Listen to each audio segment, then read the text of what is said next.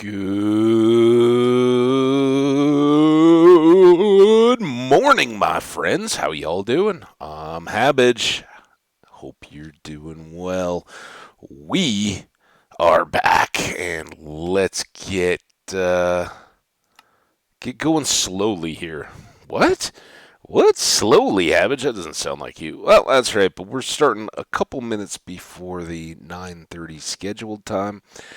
And so we'll just kind of chill here for just a bit in case anybody wants to drop by. Also, as always, I need to pull up the stream on my TV so that I can see if you guys are chatting back. I typically don't have ready access to the chat. Doesn't even look like the right game. What? Alright, hold on. See, this is why we got to start a little bit early. YouTubers, you're so lucky to get to hear about my struggles with the PlayStation Twitch interface. Not that it's a struggle. I've 98% of all my Twitch activity has been on the PlayStation, not through a laptop, not through a phone, and it's really my gateway to the community, at least as a spectator, non-participant. So I guess I shouldn't say 98, because right, everything I do is through the laptop. But for viewing, for being a part of the community. All right, come on, wake up.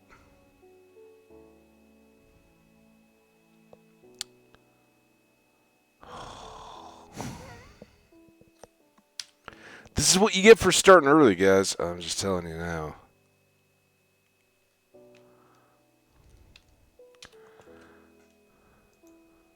I can't tell if this is me.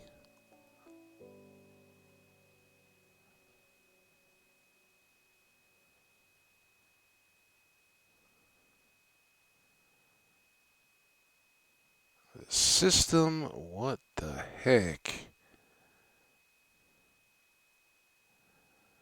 I did the full reboot and everything last night, so the laptop should be clean. It looks pretty good, but I'm getting some encoding overloaded. Oh, crap. Something's going on. See? Hey, Troy Warzone Cayman, how you doing? I was just about to say,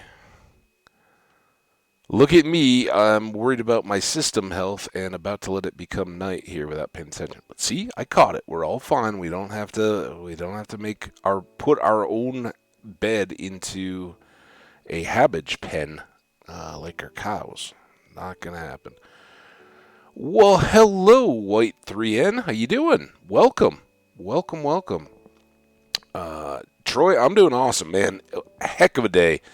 It is beautiful outside, and yesterday it was cool. It rained off and on all afternoon. It was amazing, and then it finally cleared up in the night, and I had the windows open all afternoon and late into the evening. So nice, cool bedroom, no AC running for sleeping. It was awesome. Very good. All right, so what are we going to do today? We got lots of stuff. Hey, White. I'm going to call you White if that's okay. If you got a preferred abbreviation, no worries. So we talked a little bit about this. This is my third day of streaming. We played about 9 hours in this world so far. If you are a day counter person, we're at day 39 in this world. It is hardcore. No AFK. Everything I do in this one is on stream. So buckle your seatbelts. We'll see how far we go and get things going. First thing we want to do to kick things off, and I may be rushing this a little bit because I think we did this right at the end of the last episode, so they may not even be hungry yet, but we got to go feed our cows. Outside of our number one priority being not dying, we want to get good quality, reliable food, and we've already got the cows started. Shoot. So Let's keep working on that. Within a few feedings, they should be ready to harvest. Then we'll have lots of steak and leather. We'll probably just go back down and check on the mine. I don't know that we have a whole lot until we get the bow and the chickens so that we can have arrows. We did what we've seen so far of the mine. Those caves are probably not the best way to stay alive. Hydro, what's up? How you doing, Hydro? It was awesome getting to drop by yesterday. Did you survive the desert heat? I wanted to say yesterday while I was visiting you that that seemed like an awesome game for like the middle of winter, right? Like some January, February day when it's really cold. Put that on. I was like, it's way too hot to be watching this. It was making me thirsty and warm. She was playing. Was it Arid? Was that the name of it? I didn't really catch what the. Nice. Well, thanks for visiting. I always appreciate that. Yeah, wish I'd caught you earlier. I was checking again this morning to see if any you. I haven't seen the one that I haven't seen in a while, and I know you at least have hung out there quite a bit. Is Ant? I haven't seen Ant online at all. Hope he's on like a vacation or something and not indisposed, so to speak. But really cool to have gotten to hang in the channel a little bit, and yeah, we're doing decent here. Just getting going. I've had 3 worlds in a row that have felt really good. The last one was a huge derp. We'd gotten all the food farms set. I hadn't planted melons yet, but I had everything laid out, my big old obsessed with farming style. And it was gorgeous. Lots of effort put in. And then I found an igloo, and in trying to be extra efficient about healing the villagers, I decided to infect them both and then try to recover them. And I realized after they were already infected and weakened that when one healed, the other was just going to bite them again. So I tried to fix it and died. And that was really stupid. So we've had to start over again. But we got another great spawn. We've got a village. We've worked on most of an abandoned mine shaft right under the village in our feet, at least as much as has been immediately accessible to us. So we've gotten some good loot, and now we're just contemplating a little bit of a starter home farm cottage kind of thing back here at the flower forest here across the river. So our village is back there. We just made a little base camp to put some stuff while we're getting going. So very much starter. And as I think I said in the tweet today, we're trying to leave the early game. And for me, that means getting a little bit established, a little bit permanence.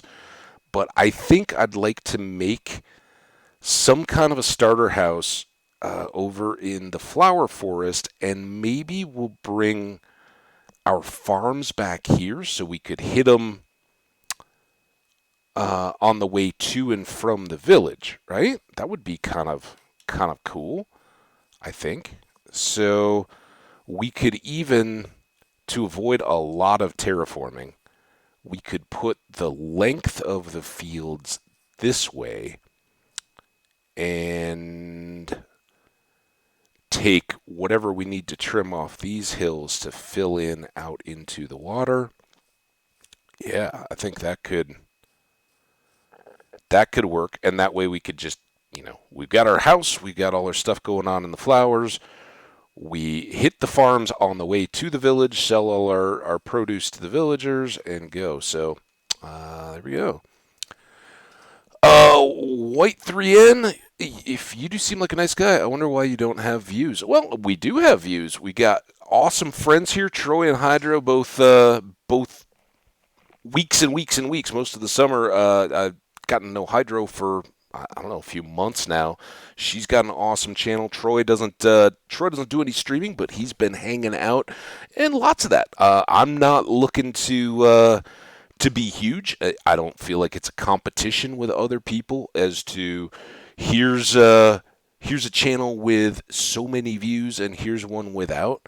So, but, I hope you do think I sound like a nice guy. I just as soon have you hang out a little bit and enjoy the hardcore Minecraft fun, whatever other games we may play down the road. Not today. Today we're all hardcore Minecraft, but we do mix it up a little bit. So yeah, make yourself cozy, chat out, raise questions, but do not. I wouldn't recommend going in and being like, hey, why don't you have views? Well, for me and where I'm at, the views that I see, whether it's on a VOD or whether it's here live, I appreciate what I get. I don't feel like I'm entitled to anything more than that or beyond. So I'm just grateful you're here. Glad you found it. We'll hang out. Let me know if you have any other questions, though. It's great to have you in the chat involved. Hydra, I saw that you did say it was arid.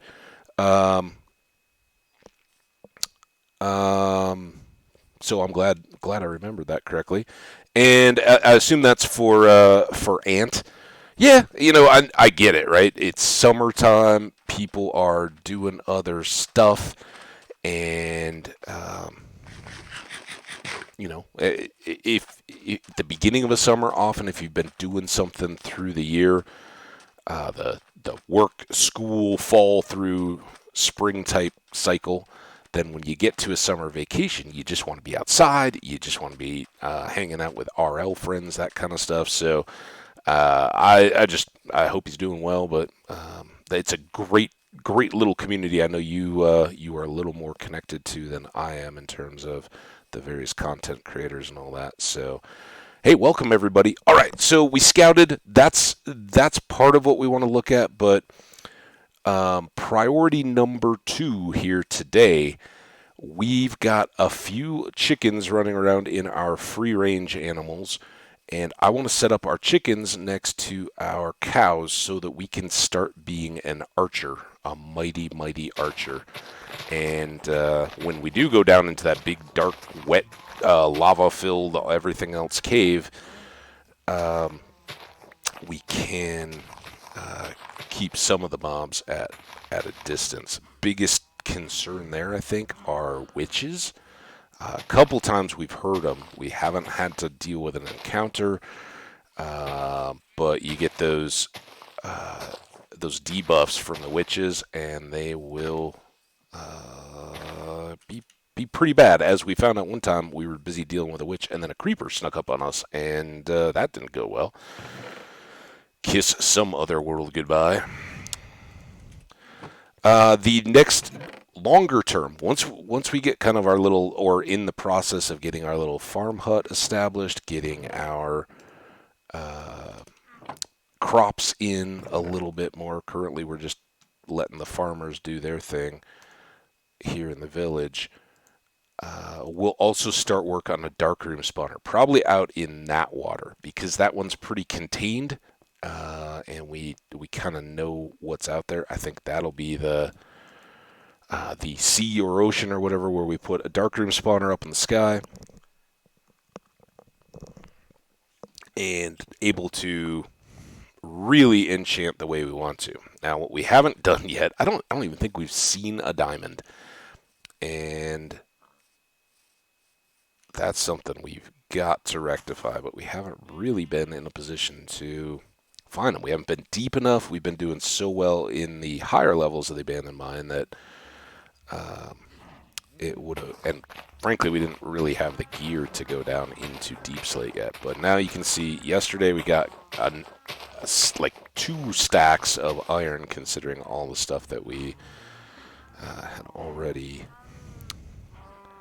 1, 2, 3, 4, 5, 6, 7, 8, 9, 10, and 11. Right back over to here. So now that we've got iron tools, that helps in the deep slate a little bit. We've got a little bit better armor, but don't go to sleep thinking, hey, iron armor, it's all good. it is real easy to get dead fast with iron armor on. So we will still play it a little cautious. I don't want to lose this one. If we have to keep restarting at some point here, we're going to get a rude awakening where we'll end up like in a tundra or something and not have good resources at all. Don't want that. If you care to, go check the VODs, either YouTube or Twitch. My Hardcore World Seed is in episode 1 of this, right at the beginning. Anybody is welcome to play this world alongside me. All I ask is please don't intentionally spoil the fun, right? Part of the fun of Minecraft is not knowing where's that next biome, where is the end stronghold. You got to go out and find those things, and we're capable of doing all that. So, if I'm talking about, I can't find I haven't found a desert yet, I'd really like a desert temple, you go pull my seed and throw it into a map generator, I could do that too. I know about that, and it wouldn't really help anything. So please don't. Let us have our fun, but have fun alongside, right? Get that world going, see what you can do with this, and it's always fun to compare, see what others are able to make of the same space, or what's appealing to somebody else may not even occur to me as, oh yeah, that would be a good spot. All right, one thing we are going to have to do, have we used all the gates? Maybe we did. Did we only have 8? Oh, we left those because we were going to make 10, and we decided to just make the 8 that we needed for the cows. So we'll have to do a little trip down to the savannah, get some more acacia wood to match this up. Again, it's temporary. This is quick and dirty, but we don't need to make it ugly, right? Right? The chickens should match the cows. Only seems natural. Nobody gets better or worse accommodation.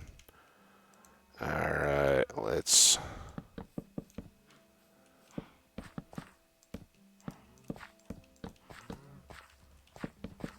Uh-oh. Uh-oh. What?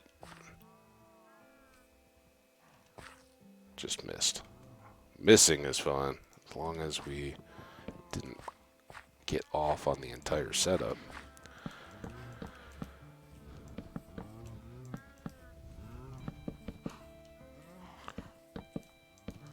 There we go. Future home for chickens. We could also set up or feed our black sheep again today. Got a few out there. I don't know. They're not very important to me, really. Oh, no. We've got mushroom stew for food. Don't waste our mutton jerky that we might need down in the mines or out on the adventures. White. Okay, gotcha. Sorry.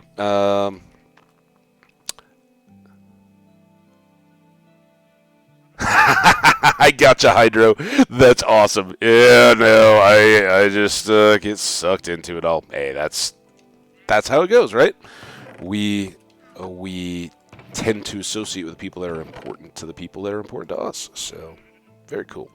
All right, now let's get...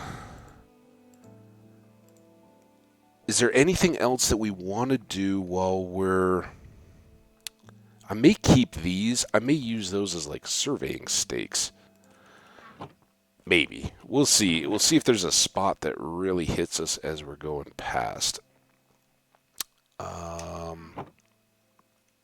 We've been up and down that coast a couple times, so I don't think we're going to find another ship or anything, so I'm not bringing the respiration helmet.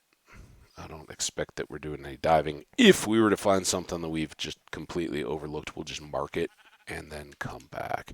But let's get a stack of acacia logs at least and get these gates up, get our chickens going so they don't just wander off every time we breed them. This was our very first shipwreck, and I knew the boats, one boat was facing the opposite of the other, and I was like, well, I got a 50-50 shot of hopping in and being able to just take off. Chose poorly. So yeah, that was the home. We got really lucky. First shipwreck, only had the one chest, but it had a Respiration 3 leather helmet in it, so really good for treasure hunting. And we've seen one other ship, maybe. Now, I just said, did we already pass this? Or is this the one that we went to? Yeah, this one we already went to. All right, never mind. I put those extra cobbles on top to make it look different. So yeah, somewhere along this coast or inland, we'll make a little farmer cottage. There are already bee nests in there, and we can do more with them in terms of like just getting them bred up so that there's a lot hopping around. That sound that we just heard was a pufferfish puffing, I believe. And we're getting real close back into spawn here. So I think what I'll do is take some of these trees and leave spawn kind of thinned or deforested. Deforested is such a destructive word. But yeah, we'll grab a few of these if longer term, not anytime soon, we come back and want to make farms that capitalize on the spawn mechanics, Piglin Gold Farm or something like that, that just run all the time, or an iron farm. We won't have to clear these trees again by not replanting. Not Savannah wouldn't be my first choice. The side of a Savannah hill, because we were up somewhere in there when we started, certainly wouldn't be my first choice, because making all those machines usually requires having a nice level spot. And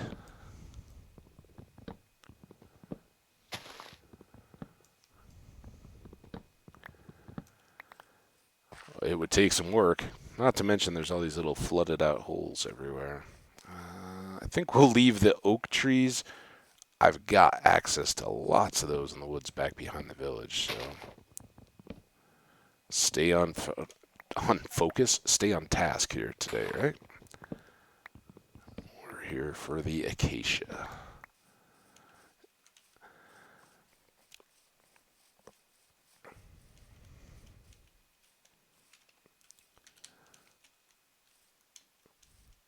So how was everybody's weekend? Everybody get to have some fun, get to relax a little bit on the weekend? Try once. All right. Try again, because don't quit. Still not getting it? Time to move on, right? Oh, one more.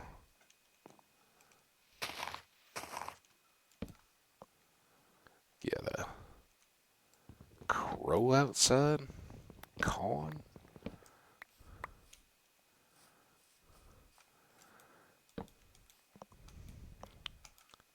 It's nighttime. Excellent, Troy.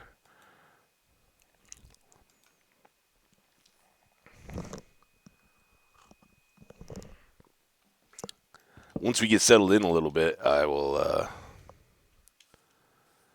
catch everybody up on yesterday evening's TV watching. Troy, spoiler alert, I checked out something we were talking about, so we can talk about a little bit of that. That sent me down an old rabbit hole of viewing. Where? Oh, I parked the boat. I did get it. No, I didn't even get a full stack yet. I'm like Let's go home. We made it through the night. No. Oh, we can come on these now.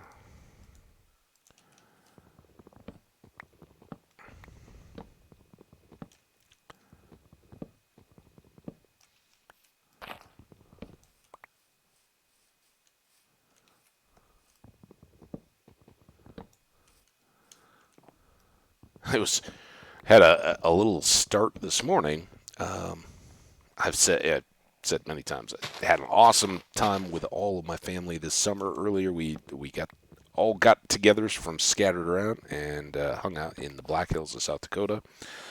And a part of that is it was my or this year is was my parents' 55th wedding anniversary. Pretty crazy. Shout out to them. It's still just staggering, right? It gives you a fair idea of kind of my age class, right?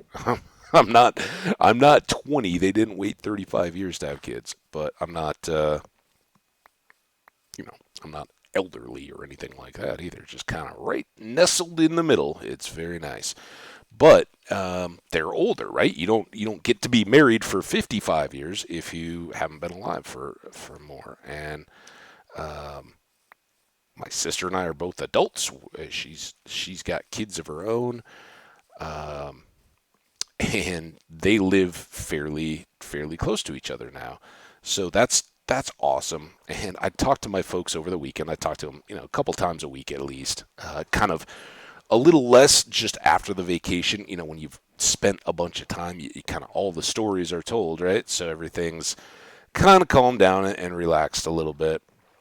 Um, so I talked to them a few times, right? Made sure they got back safely, then followed up shortly after the trip to say hi and make sure, see what they were up to, and thank them again for getting together with all of us and all that kind of stuff. But then I'd waited until this weekend to talk to them again, and it was good. No issues or concerns or anything. So this morning when I woke up and I'd forgotten to turn the volume back up on my phone, so I saw at 7 a.m. my sister had called me. That's unusual, to say the least. It's fun to talk to her and all that, but 7 a.m. is not the time I expect a call from my sister. And I said, I called her back 'cause I'd been out on my morning walk and I didn't take my phone with me. It's kind of Zen. Not that I shouldn't even discredit that if you're Buddhist or anything and are into Zen Buddhism. I really know very little about it, but it's my Zen, right? My moment of Zen. Um, I go for a little walk in the morning, usually to stretch the legs, get the blood flowing, kind of get up, get active a little bit, and see what's going on in the world, right? The real world, the natural world. What's the weather starting to feel like? Are you starting to, not yet, but, are we starting to see signs of change in the seasons, anything like that? We're kind of smack dab in the middle of summer, but the rain, everything just felt a little more fresh and smelled clean kind of deal on a morning after a rainy afternoon and evening. So that was cool. But I came back in, ready to make my coffee, and I see, oh, I missed a call. And it was from my sister. And she, long story short, she butt dialed me and was very apologetic, but was, I, that, I don't know if you guys saw that, but yeah, we had plenty. All right, let's make 32 of these. There we go. All our acacia fence making needs are met. Now we got way too many planks. We don't need these anymore. And we don't need the saplings on us. Get the food going again. Wheat and that. And we'll grab our leads in case they help us. Pizza roll time. I guess it's almost lunchtime out there.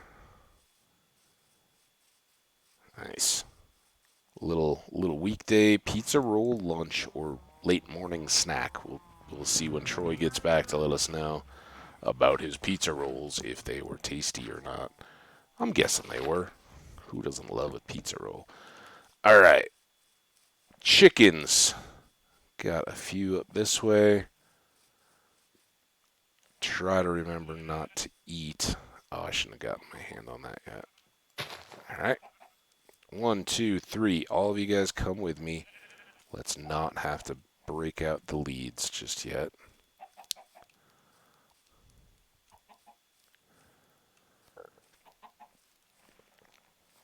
Three more over that way. Still coming. Good chickens. They were very cooperative. Well behaved. All right, next up, these three. And the one that went rogue. Where did it go? It was headed this way. I saw it. I saw it. I guess we'll just get you two then. Come on. Go find the next one next. Maybe it was a sheep? And I just thought there were 3 chickens? I was pretty sure, though.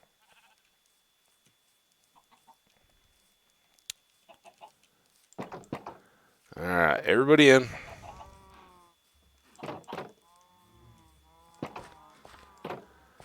And we'll do one last pass over here. Get these eggs. See if there's others. Did I grab the eggs when I was back in the food chest? That's really weird. I kind of just figured, oh, he's in a hole somewhere, and we'll find him.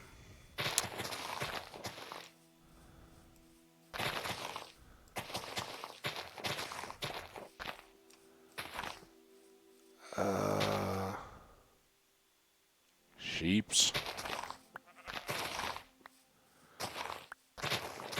Creeper grass, gotta knock it down. Everywhere we go. Oh, I didn't realize I was tormenting our sheep friends.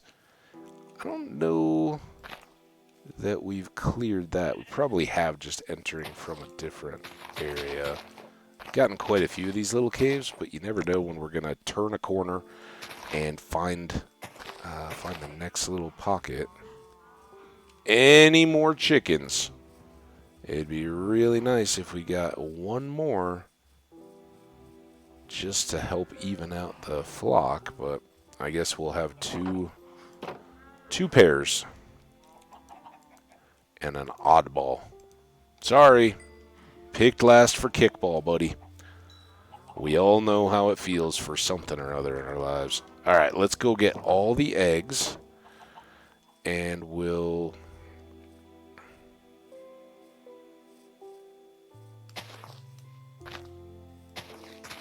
try for a couple more at least. Eggs. Extra seeds. 2 mushroom stews. One of which, actually we can eat them both.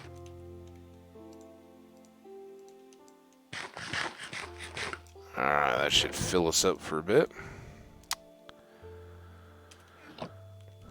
Maybe we have to make another mushroom trip. This has been working out very well, although I don't know. Would be helpful getting our little house site set up.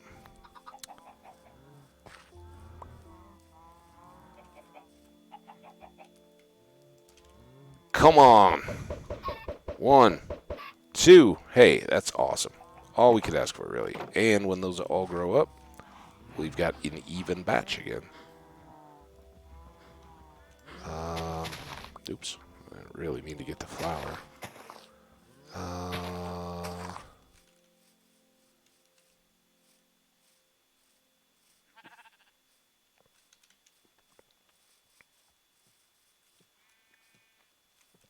Let's kind of pushing it. All right, let's go sleep. Coffee.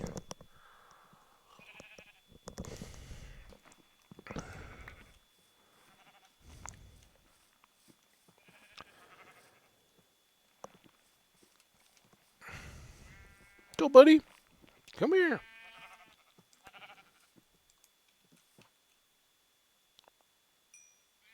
Excellent. Talked about it before. Was lucky enough to have two black sheep right here, so I keep hitting them. The white sheep we did feed, and that was where we got our initial early mutton from. But the black are handy if we want to eventually do full color herds of sheep. The black let us get all the other grays going naturally, so kind of handy there. We never needed our leads. That's good. All right, put all this away. Wait, did I feed the... I never fed the sheep. Or the cows, did I? Sorry. One more time. Then we'll get back on our efforts.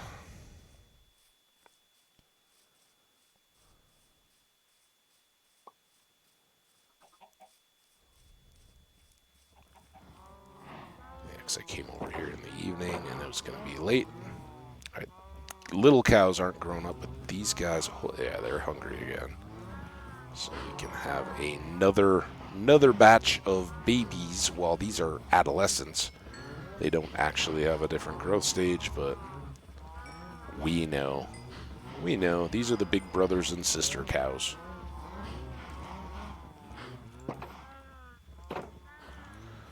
Excellent. Food on the way. Pizza rolls of Minecraft. Yes, you can, and you can dye the sheep actually to get the wool. So we could make like a light gray and a dark gray dye those sheep and go from there. So in that sense, yes, white sheep are necessary because right, you can breed all you want to. You're never going to get an orange sheep, but you can dye one. So very valid point, Troy. Okay. Next up, how are we doing? Let's go. Let's make more tools. Let's fully stock up here. And I think I have shears, right?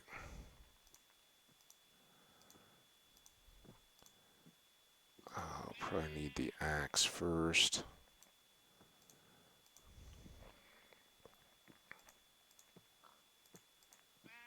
Here.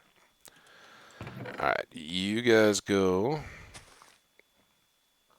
In fact, I think I probably have wool.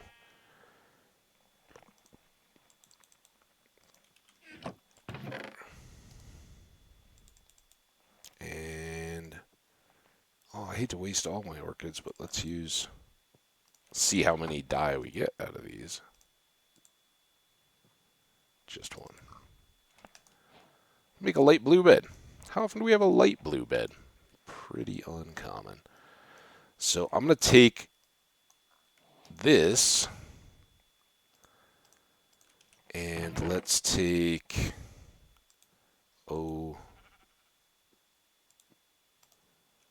8 chests over with us, and let's get a little stage 2 camp going.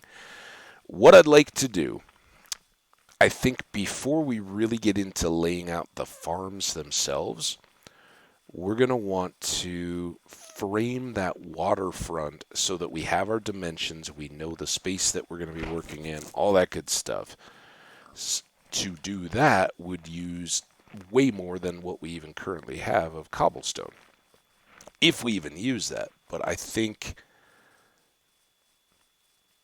our starting point should be, let's find roughly where we want to make a house, and we can start a little quarry there, getting some more exploration done, and be pulling resources on site, getting that project started.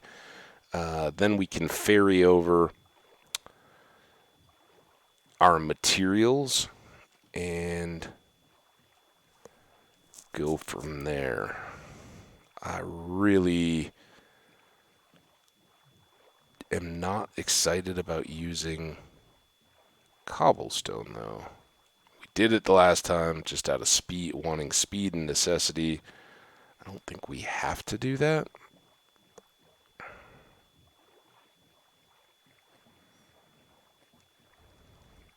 And we'll clear some kind of an area here. Oh, this has... Hold on. This is why we got to explore a little bit. We know our boat's parked there. We need a boat. So we've got this hill. The hill is always nice. I like having the high ground. But what does this water take us to? No need for a tree right here on the end of it. Is this a ravine? I wouldn't mind that. Oh, some kind of a cave.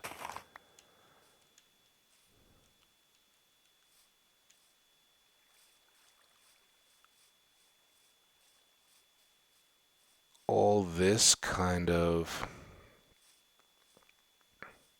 carved out. This takes us halfway back to spawn, right? But we'd have boat access.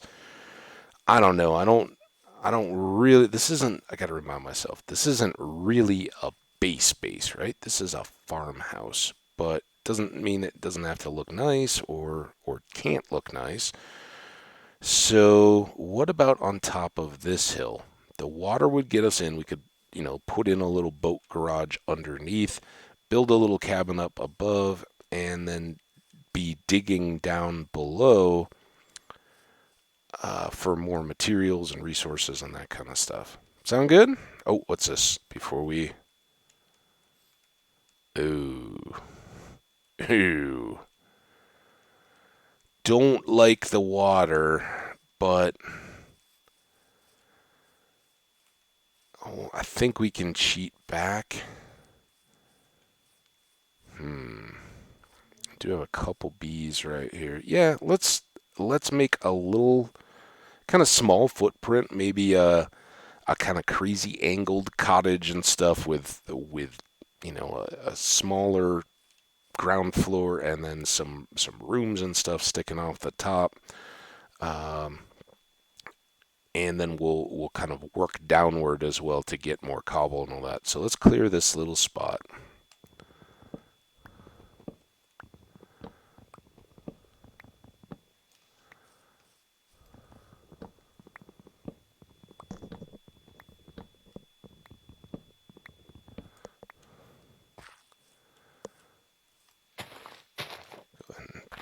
Disconnect that so that these will hopefully clear. I guess I gotta look up though and make sure that the top isn't touching the big tree leaves. We good there? Yes. Excellent.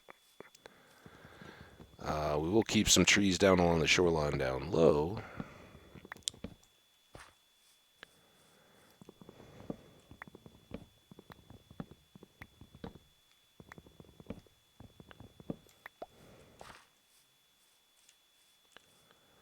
And maybe get these over cleared to the bees.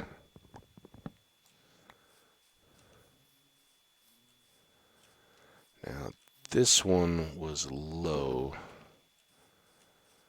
Don't think this tree has much to do with the bees themselves. So let's clear it. And what we'll probably try to do is take that area down, or at least below here, maybe level this tree down. So it looks good. Probably this one will need it too. This one as well. We could take out that one too, but I kind of like having a little cluster of trees here. I think that's nice. Let's push these back a little bit, though.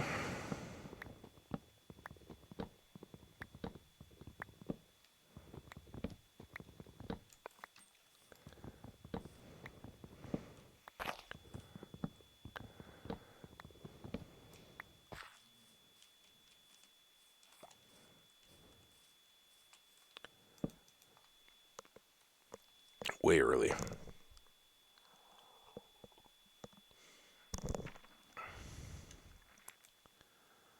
All right. So yeah, as we clear off the top of this hill a little bit, I think I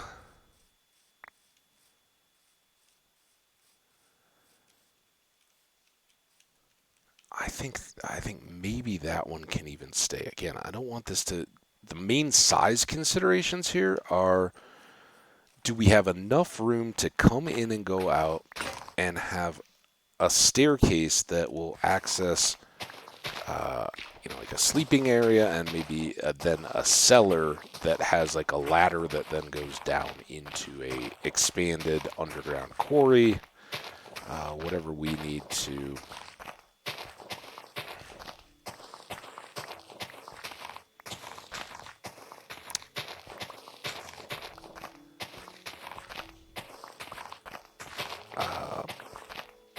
Kind of hide the fact that, yeah, we're working on the farm and all that, but we're basically grabbing out materials.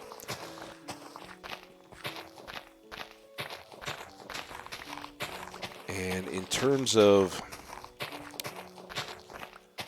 trying to think of color palette for the laying out of the farm,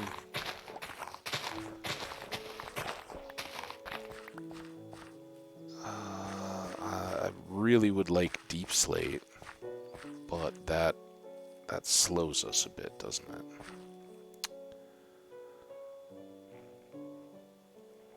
Okay, well, we don't have to solve that yet. So let's go.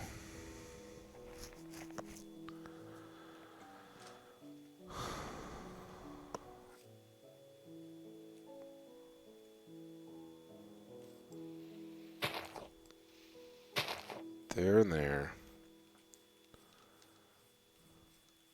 This is our side we don't want to get too close. I didn't bring over any cobble, did I? I think 2, 3.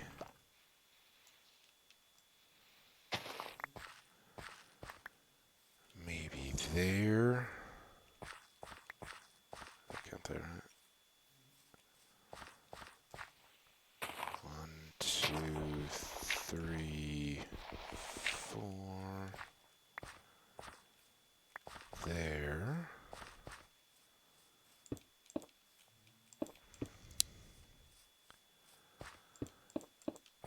Okay. Now,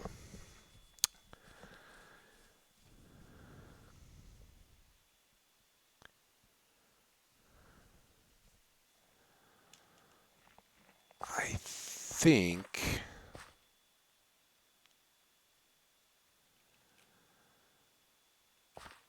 I want to go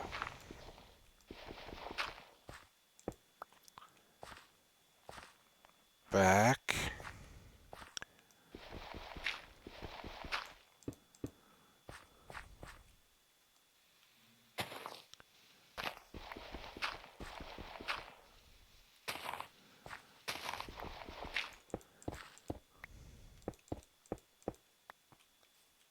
And this will be. What did I end up odd or even here? 3, 4. 1, 2, 3, 4. Okay, so here.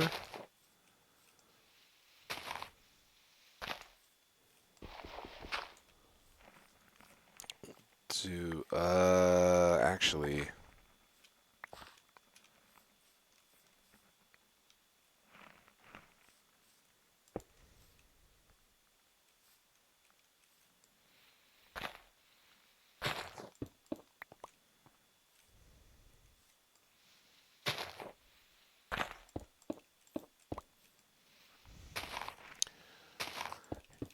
here's the building bit. We haven't done any actual like build, thought out, like not just out of necessity creating a same deal that I always do. So 2 in here,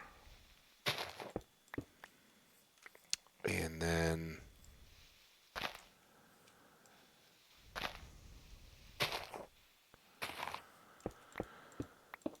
all right. So this is going to be entryway. I think we'll have steps, coming up. This is kind of foundation level, I think. So if steps coming up, doors on this front wall. We may have some kind of an overhang or something, or as I go, I may even discover I want this to be fairly open, and maybe the doors are back in. It's kind of an open portico type front entryway. I don't know what style yet, any of that. Just trying to figure it out as we go. Then this is kind of an entry front room, and maybe our stairs and access. And then I kind of like the idea of, because this is, again, farmhousey thing. I kind of like the idea of I'm torn. When I was first setting this up in the back, I was thinking, all right, well then we have a little hallway out the back and go to a back room that has our kind of stair access down to the depths, and our quarry. This is just kind of like the rustic farm cottage. But I kind of am struck with the idea of a breezeway that would go from this as kind of the main house with beds and chairs and a table and stuff in it as just kind of like a farmhouse. And then out back we have kind of a breezeway, a little covered chill area, and maybe even like a pergola with some vines and plants and stuff on it. And then across that, we do 2 rooms, or 2 outbuildings more accurately. One a kitchen, and one a kind of like mine access, right? Where we can dig down to the depths. Yeah, I think I like that idea.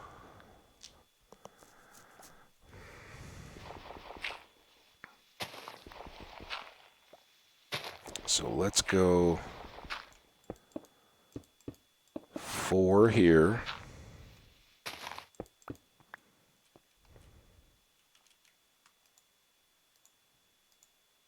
Oops. Fill in those. And then, oh, we're almost out of stone. Yikes.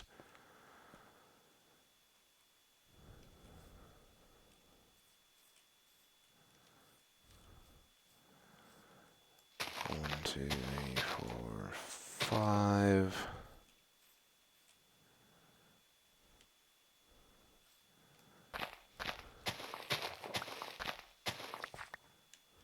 Want to have plenty of room here.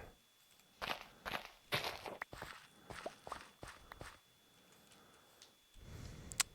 don't even have enough room to get across to mark all this. So this I'm thinking is our stairs. It goes down this way, and will kind of be the, just a very simple cabin with basically a door and some windows, so we can get in and out of our basement without too much distress.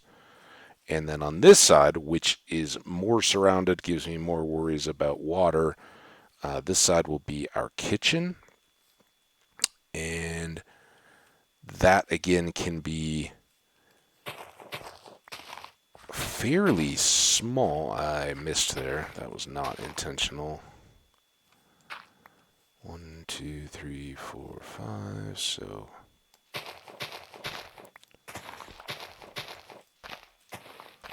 oh, missed again. It's all the speed and power of iron tools. Oh, this is. I almost fell in there. This is what I was concerned about and why I wanted to go this side, because right, this continues on. But that gives us a 5x5 internal space for a kitchen. Which, you know, if you're a farmer, you gotta have close.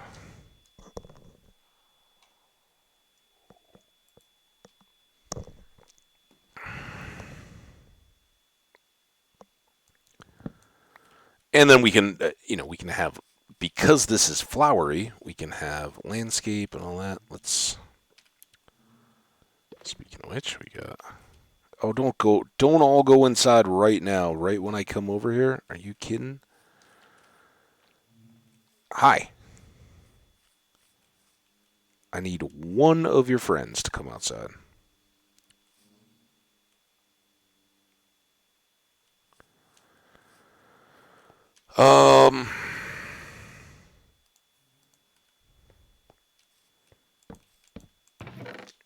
We can do this. This is going to stay here.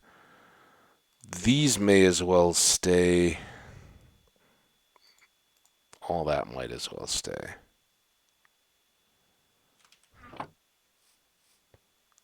All right. Well, nobody wanted to be a bee friend. We left our boat off this point. I'm going to take one of these, a double chest over here, and throw our dirt over in the future farm field area.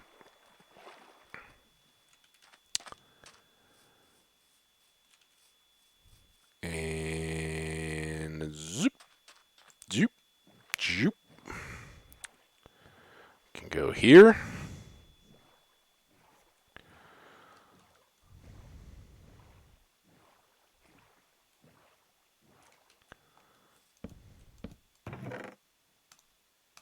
Just, if we don't have to move it twice, let's not move it, right?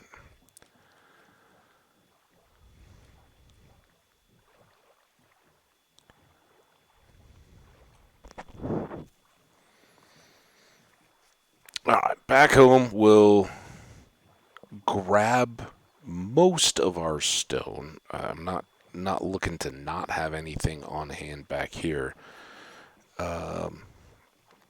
But I'd like to finish getting the foundations mapped out.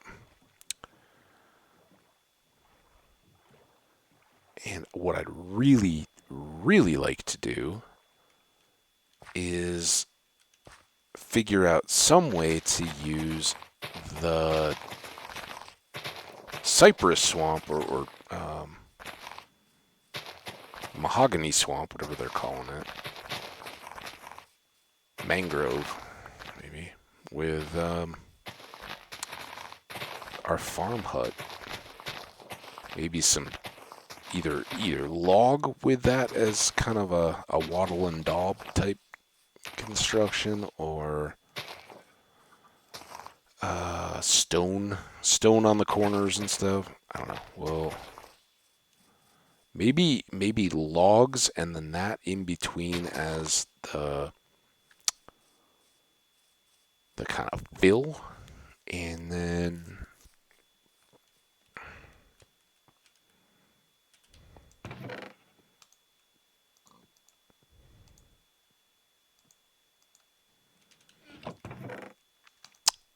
like stone chimney, fireplace, that kind of deal.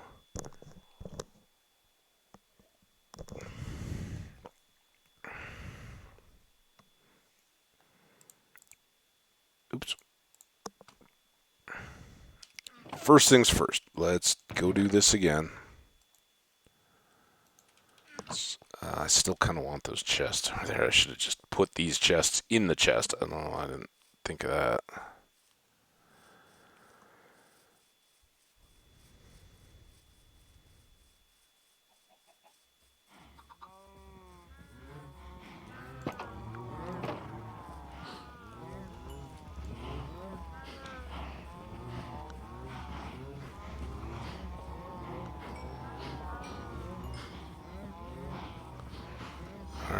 Alright, second to last feeding here, I think. Oh, look at that. We're level 30.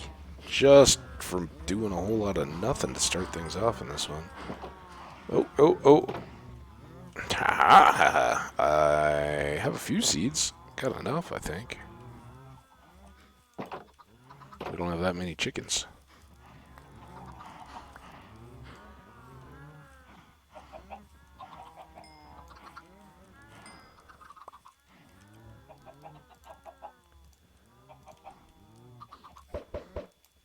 And a bonus. Awesome. Alright, we did good work there. Let's go see if we still have 4 of each of the kinds of mushrooms. Make some more stews.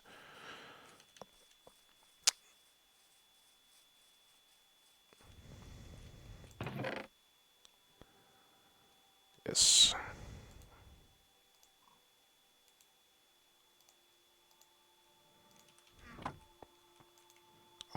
Let's check this. I don't think we can do this in our inventory. I think you need the table. Oh, look at that. You can do it. That's cool.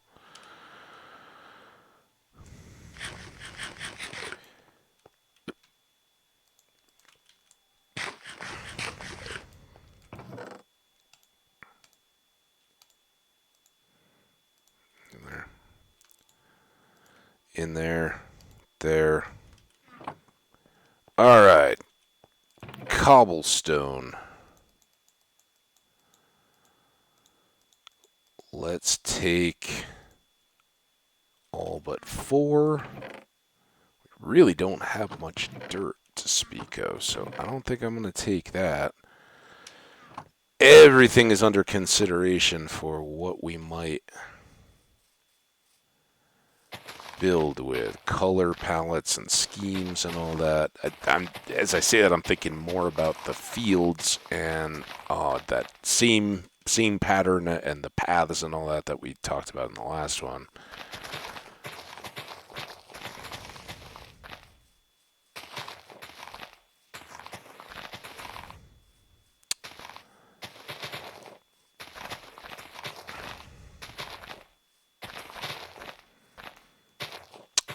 I need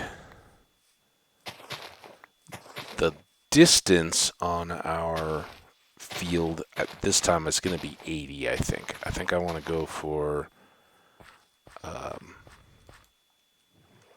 8 blocks to either side of the field, right? So 64 all the way, and then an additional 16 gets us to 80. It's a nice big number, nice round number, and rather than having that extra space where we were talking about doing the bamboo and the composters and all that, we'll just have it where whichever way I decide I want to, it makes more sense to have the chests on, because right now I don't know. Probably it will be this other side back towards the farmhouse, and we'll continually improve the water path to the dock in the village itself so that we can just kind of go directly. Now, this is where our house is, right? This big tree cleared out. Let's get a light there just so we know, and let's get a light on our Bilbo Baggins party tree. That's a good segue. Don't know if Troy's still around, but Troy, yesterday we talked about shows and TV and stuff. I watched one of, was it Uncharted? Is that what the Gordon Ramsay deal is? So I watched an episode, the first of season 1, episode 1 of that. It was one where he's in the Andes in Peru, I believe, in the Sacred Valley, doing some cooking and food and tasting and all that. It's pretty good. I enjoyed it. There you go. Yeah, Uncharted. So that was awesome. Thanks for the recommendation and the tip. Now, I don't know here, because we've got all our cobble, let's go ahead and fill this in for now. We may switch this back out to different materials or whatever. But kind of like to get this bit going. So this will be our stairs, and now I kind of wish I'd brought coal or something. We've got all these logs, right? Let's do...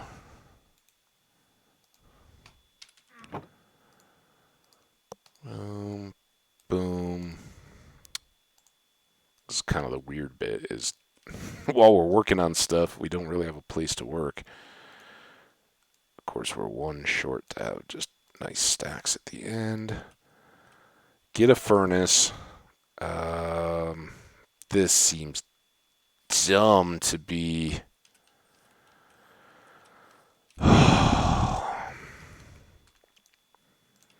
I'm not gonna waste logs just to make charcoal to cook stone. That seems dumb. So dirt in there. These flowers can stay. What did I do with that bed? What I'd really intended, why I made this bed, was so that we could have one here and not have to worry about bringing it back and forth and all that. It's just here, but I keep putting it away. So yeah, Uncharted, very cool. See, there we go. It's a good habit. I'd much rather be in the habit of breaking my bed and not be able to stop myself than be in the habit of forgetting my bed more often than I do. All right, so another long boat trip. I'd like to cook cobble and get some stone brick, I think. At least for the bottom tier of the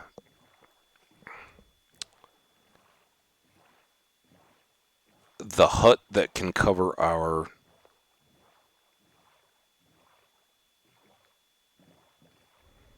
whatchamacallit, staircase down our quarry, our staircase, whatever we want to call it. And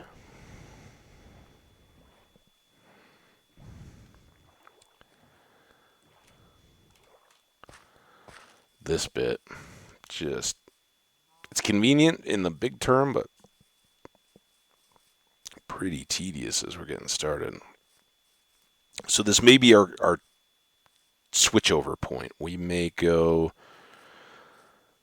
underground now and start gathering, get a bunch more coal, get our cows and everything done.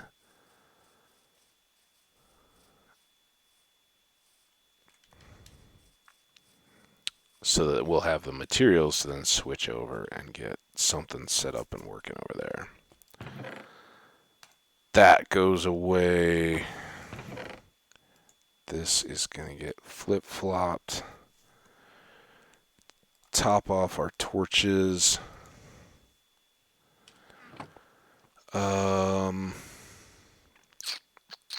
Should we do the fields from the villagers here real quick? Maybe. While we're doing it, we'll scout and see if there's anything left we haven't gone down into, because if we go down into that cave that we know we still have left to explore off what we've connected to the abandoned mine, will be too deep for coal. So it's kind of not what we want to get done, or not what we want to focus on. Anyway.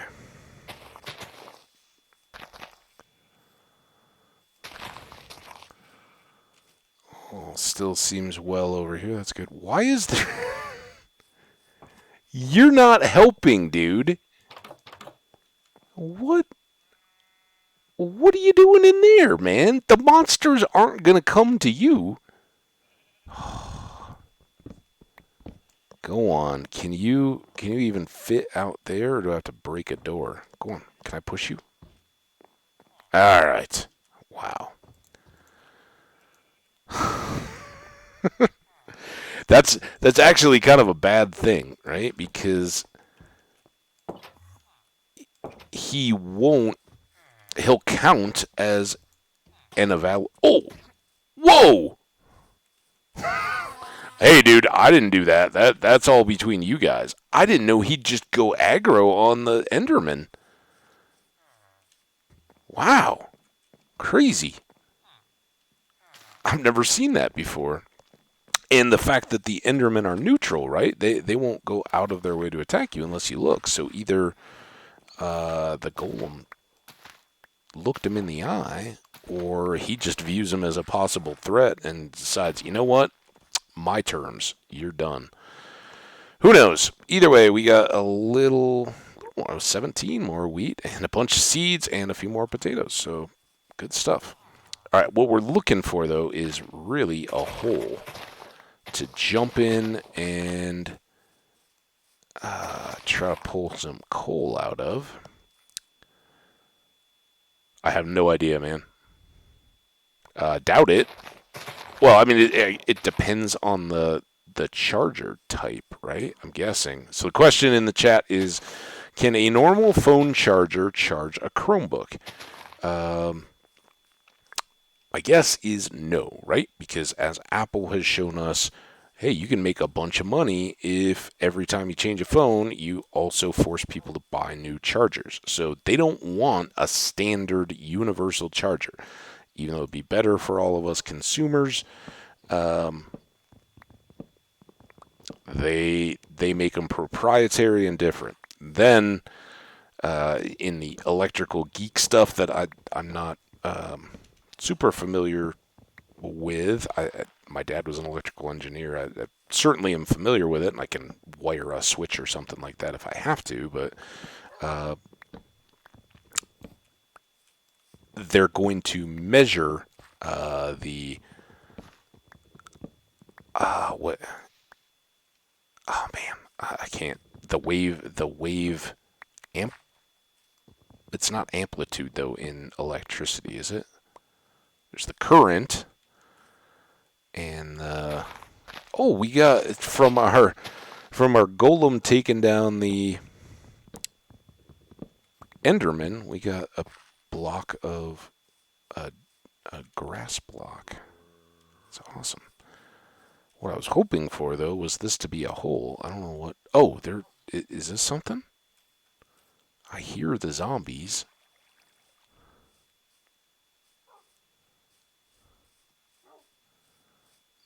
I also hear the wolf. See? Hear it? I want that. Let's clear all this out.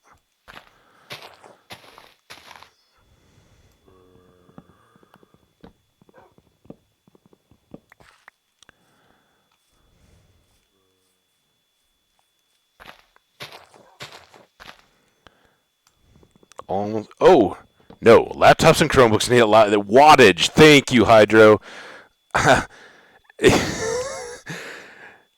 Either the charger would break or nothing would happen. So yeah, that's the risk that you're running. Is a lot of times they may show up, right? The fittings are the same, and they'll go in, but you run the risk that they're going to the device, the Chromebook, right, which I'm guessing needs more power. The battery in the Chromebook is significantly bigger than that of any phone, so it's going to try to draw that across the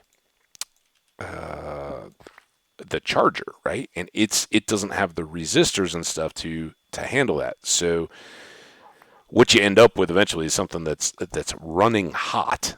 Quite literally, you can probably feel the heat as the resistors are being forced to try. They're trying to limit, as they're designed, the wattage to what the phone would want, so that it doesn't get fried and all its circuits ruined and all that. And the biggest, what occurs to me, the biggest thing is eventually that could be a fire hazard. It more than likely not, but if it melted out some insulation or something, it could cause a short. They're pretty idiot proof in that sense, but it's something you want to be aware of, that you're putting a lot of different load across that. So yeah, even if the pieces just fit, doesn't necessarily mean that it's good. Thanks, Hydro. Appreciate you. Appreciate you coming with the terminology. All right, now, uh, while we dig down here and try to find this hole and the zombie and some coal for the continuation of my talk about what I was watching on a Sunday evening. So yeah, I watched an episode of Uncharted, and I liked it. I'm not. I wouldn't say it's my favorite, and it's going to make it sound even more like, oh, yeah, whatever. I think I'll probably watch more of them. Gordon, who I've watched since he was a much younger man, he's got he's got kind of a personality and a diva about him, right? And that's uh, that's pretty apparent. It makes him fearless going into these kinds of shows, right? It just I don't care what you think of me. I am convinced that I am exactly the person I need to be, and all others get out of my way, right? And he's got the commercial professional success to back that up. So good for him. Now, of course, we got rain. So I think I'm gonna go that way. That way.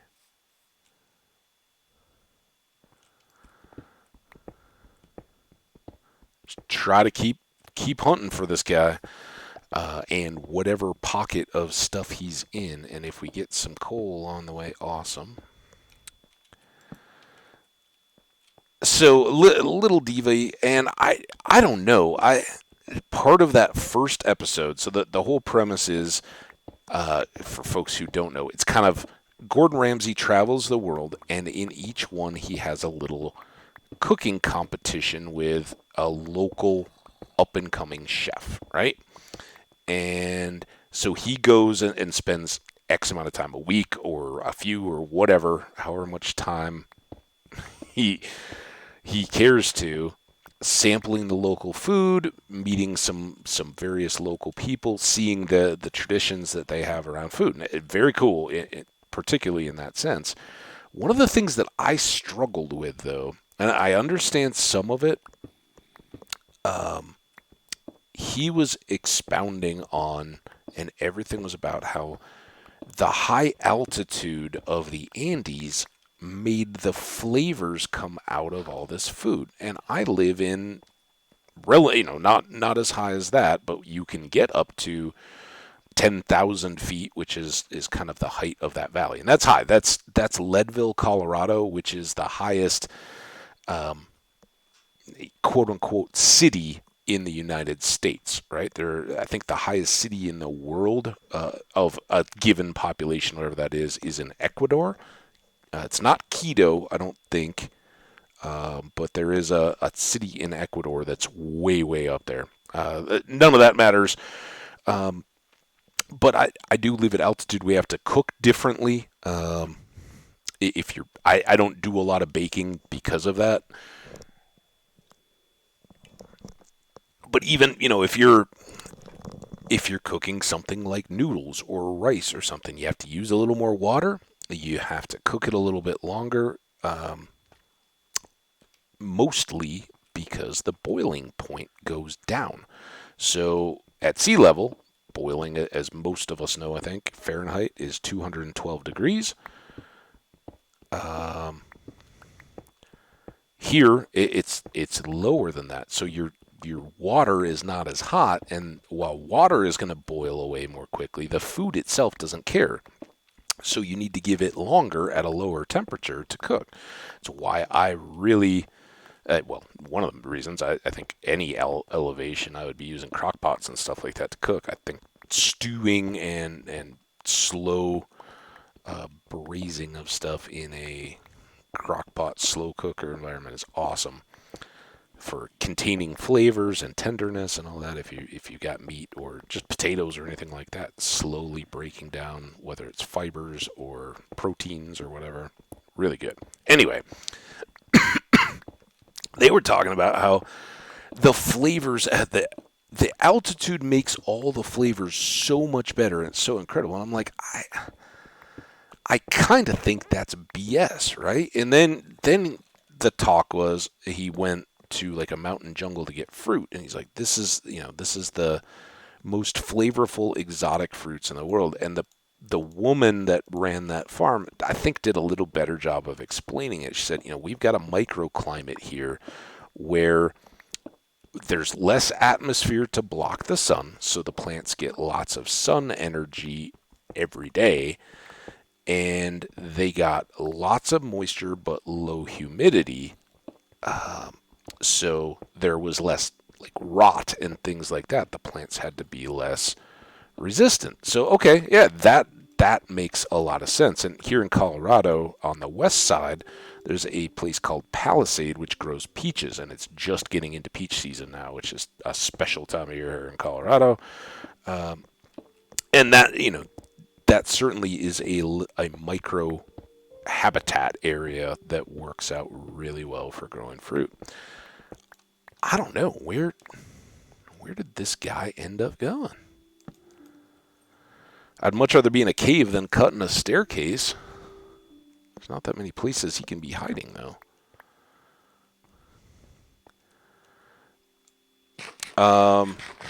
So, okay, back and forth a little bit. Yep.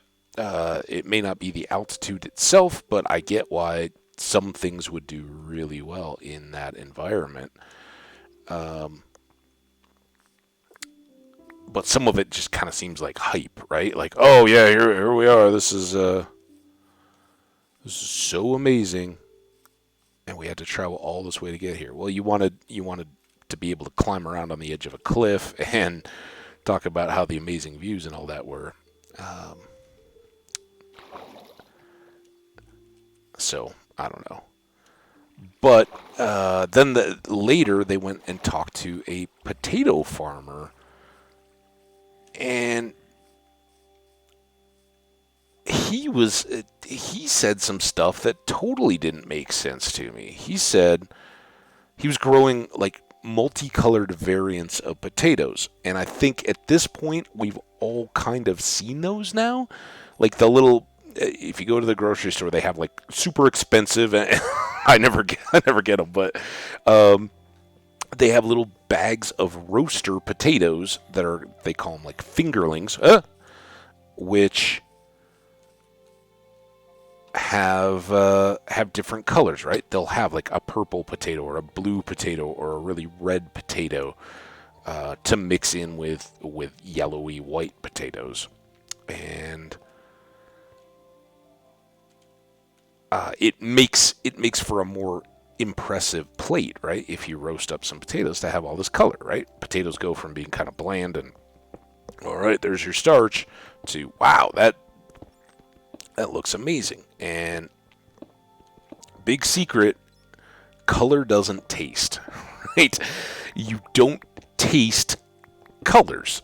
They may coincide, right? You may associate the color of a strawberry with being sweet and juicy, but it's the sugars and all that. The pigments don't have flavor. And having worked in a fresh local farm sweet corn stand through all my summer jobs, I 100% know that is the truth, right? The farmer who was also he actually had his degree in forestry, I believe, but became a farmer. So he was a scientist, right? It wasn't just, okay, well, we'll throw some stuff in the ground. And with sweet corn, right? Ask anybody, which is sweeter, yellow or the yellow and white or all white corn, and people will like throw down. They'll fight over it. You tell them that the yellow version of a yellow and white style of sweet corn is every bit as sweet and juicy and everything. It's the same plant, just not bred for that white integrated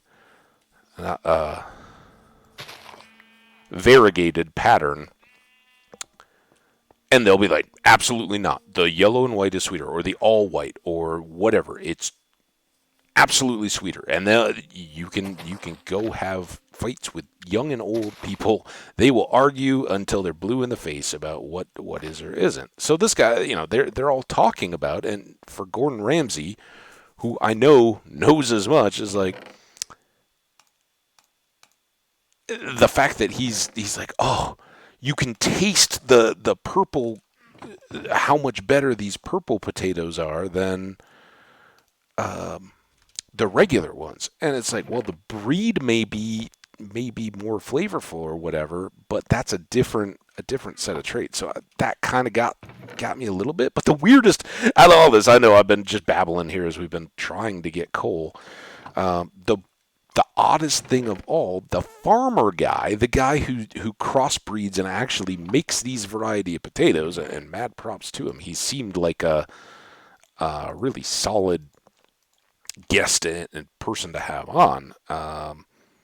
He said, oh, well, the reason why these potatoes are so colorful is because of the high altitude. I'm kind of like, well, okay, why?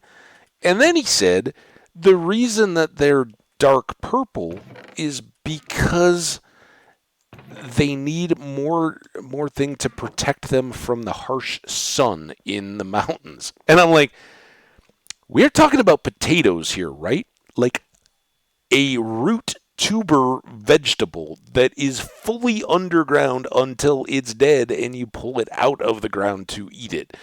That bit, I'm just like, either the producers horribly translated whatever this guy was trying to say and they're just messing with people or whatever. But that was the bit that I'm like, I live in high altitude. What half of what you guys are saying doesn't hit. 2 different devices on the internet, and I can barely watch the stream. I'm just trying to upload video. Oh yeah, because up always takes a lot of your bandwidth. I struggle with that too. I mean, without streaming, I can have an online game going on my PlayStation. I can have down video, some kind of content on my laptop.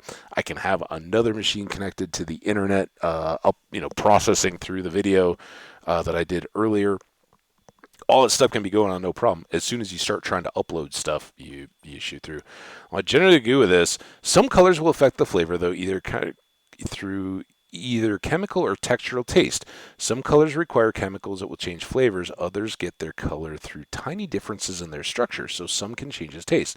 Though I will agree, most don't have a different tasted color alone.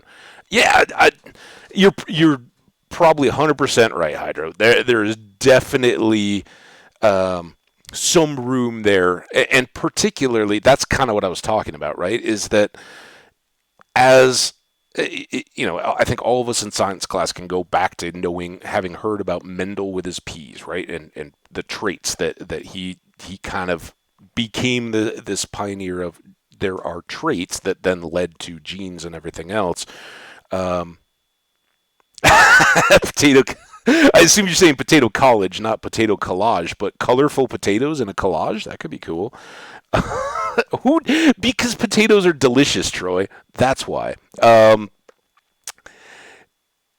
Yeah, I'm with you, Hydro. I think some of those subtle variations are probably in parallel, but we always did the experiment with just blindfolds and tasting stuff, and we were doing it with corn, right? Because here's the secret: different varieties of corn are designed to grow faster or slower, right? Some of them are bred for speed, and then the ones in the middle, like this kind of time of year, they're the peak sugar. They take the longest to mature and develop, but in between, you got to kind of convince the customers, oh, this is really good. So one of the fun things to do is blindfold them and have the Pepsi Challenge taste test, right? you're going to try one ear of corn that's all yellow. You're going to try one that's variegated and see which one do they say tastes sweeter or different or whatever, right? And they'd all be laughing because, especially if you had like 3, 4 little old ladies coming around to fill their afternoon buying some sweet corn for dinner, they'd disagree and they'd be saying the wrong thing. So that's a fun one to do. More fun, and this one is fun to try at home if you've got the stuff. If you blindfold someone and peel a potato and a oh nice. I didn't know that, Hydra. I never caught that bit. Awesome. Um, the other fun one to do, and so if you're really refined, you may get it, Hydro. If you're very attuned to the potatoes, it might not work on you, but it works on most people. If you blindfold people and peel apple and raw potato, um, most people can't tell the difference between the two just on biting and the texture and flavor alone. Because outside of the peel, the apple may be a little sweeter, but the potato has some sweetness too. You don't think of it as much. It's not like a sweet potato or a yam, but it is there a little bit. So that's a really fun little like kind of grade school science experiment thing because everyone's like, ew, raw potatoes. I'd never eat those. I have certainly had a few days where you get so sick of eating a lunch of like a tomato and an ear of corn at the little produce stand that, yeah, I'll snack on a potato here. Just eat it raw, just like an apple. Pretty good once you get used to them. You wouldn't want to live on them, but very doable. Anyway, so I really enjoyed the Uncharted thing. I definitely had to question it, and it definitely pushes a little more into the entertainment than the educational or anything like that. But it made me think travel shows, and I went back and finished a new show that came out fairly recently on Amazon, and that is James May. If you've ever watched Top Gear, you may be familiar with him. James May, Our Man in Italy, which was season 2 of a Prime series that Amazon did with him, the first of which was James May, Our Man in Japan. And he's British. The Top Gear, the original show, is from the UK. And three middle-aged, now aging guys, because they did it for like 20 years, did a car show, and they would travel around and make all these challenges and stuff. So they're used to this kind of like reality and putting themselves in weird situations. Well, with Amazon, they continued that, but they also each got to do their own individual projects. And his was to do a travel type show. Dirt, dirt, dirt.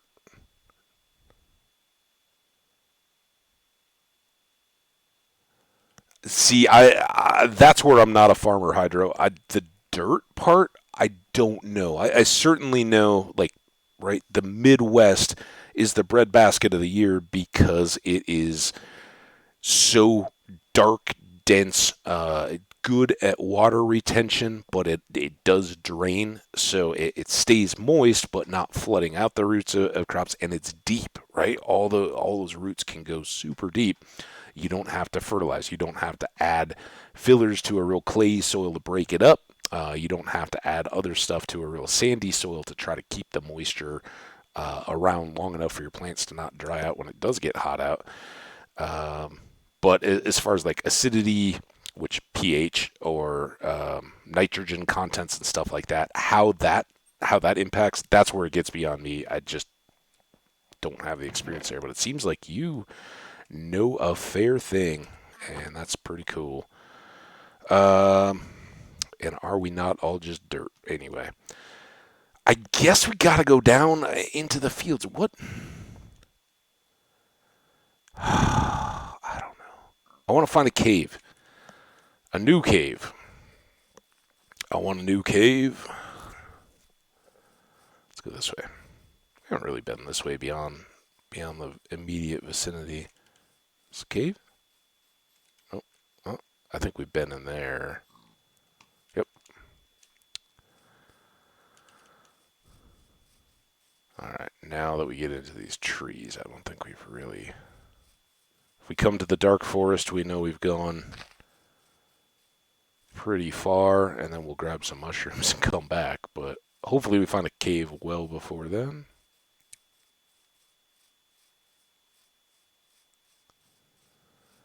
Need some coal. So James May definitely recommended if you're looking for that kind of like, episodic. There's our dark forest. No cave. Talking about food.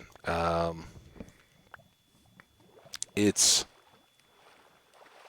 a blend, but it's he's definitely getting put in comic situations, right? Like the producers in the first season when he's in Japan and he's moving through Japan from the north where like the Winter Olympics were held down to the very south end over a number of weeks, right? These are long trips that they take. One of the mornings they made him go to like a 7 a.m. J-pop concert that was basically all like girls on their way to school that were hanging out with some J-pop band. All right, here we go. We got a little access point. Let's see if we can get some coal out of this.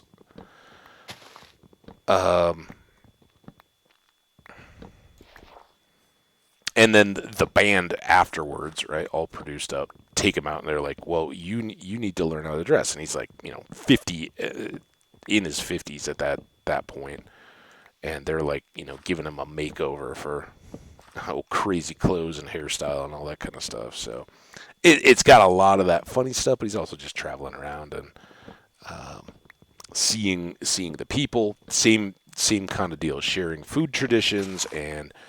Along with that, art and that kind of stuff. So I did watch. I was like, oh man, I should finish that up. So I watched the end of season 2 of that.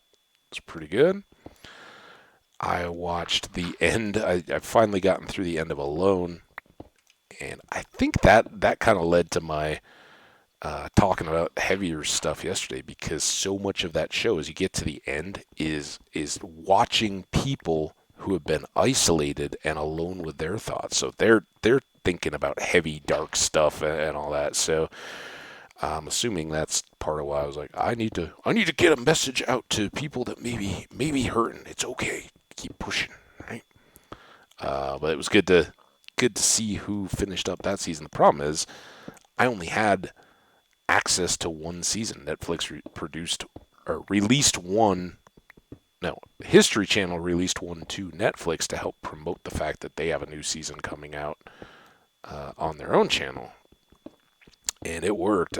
But I won't be going subscribing or anything like that to get extra access. All right, something down here's got to be good.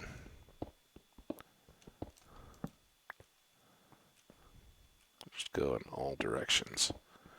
Scared I am. Okay, to explain. When the crops have access to proper nutrients and water, they are healthier and more flavorful. When they don't, they tend to be small and bland. Plus, if one mineral or current is common, it can. Yeah, absolutely, I gotcha. It's like shows me. It's like Scotch whiskey, right? And the peat, right? The Scotch Highland malt whiskeys are known for their unique flavor because of the high peaty concentration of the soil. So I'm with you, Hydra. That makes tons of sense.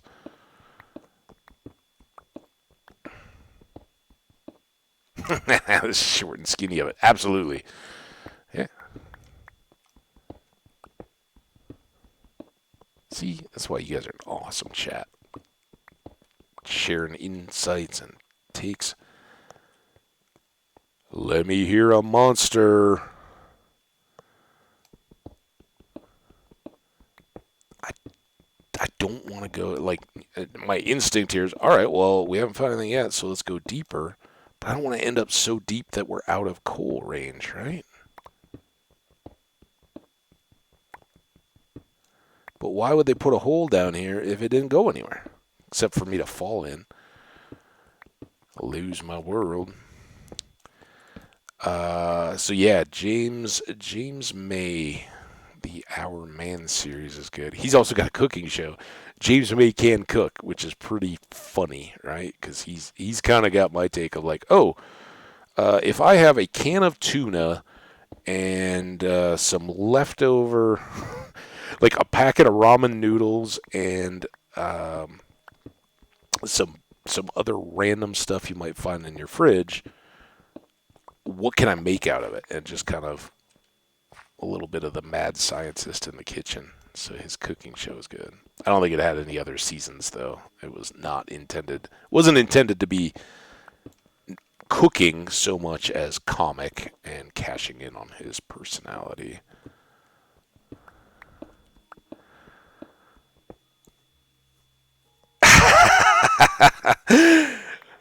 Hydro says, I don't have many skills, but knowing almost useless facts about food is one of my best skills.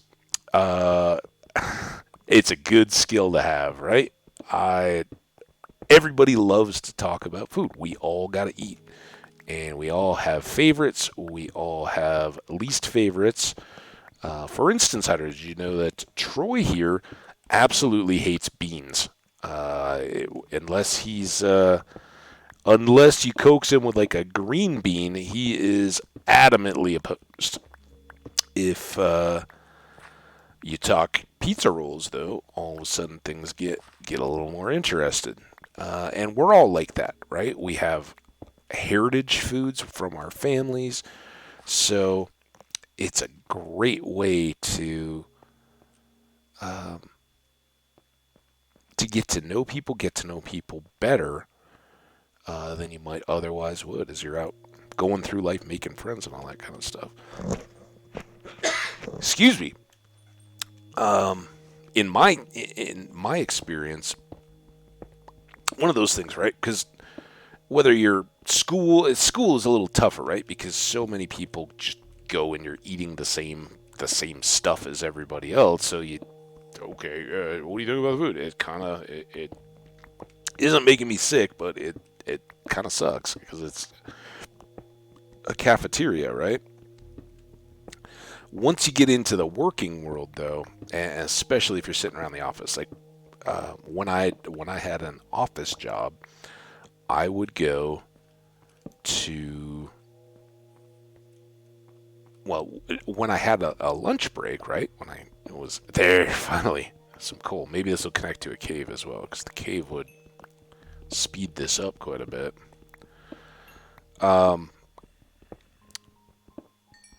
I would go walk and be outside, unless the weather was just crappy, right?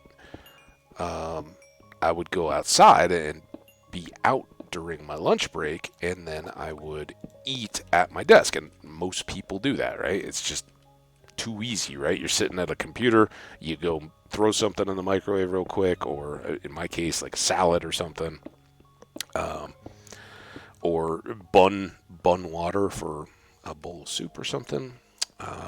So then you eat while you're getting paid for it, and you get to go have more free time. But everybody's eating at their desk, so you have a lot more chance to talk with your coworkers. Like, oh, what did you bring in for lunch? Because a lot of people bring in leftovers and stuff. So, oh, that looks good. What is that? Did you make that?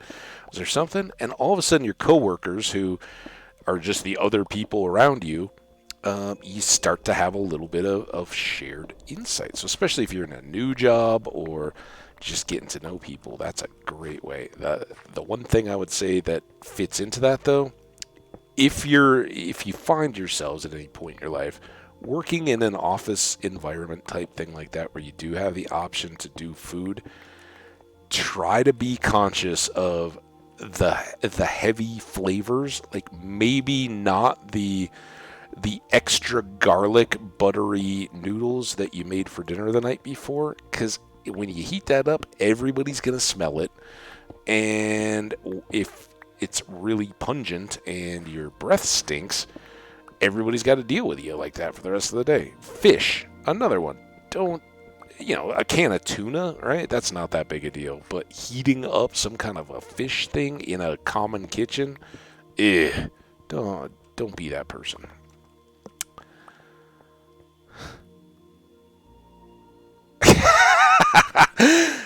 Uh-oh.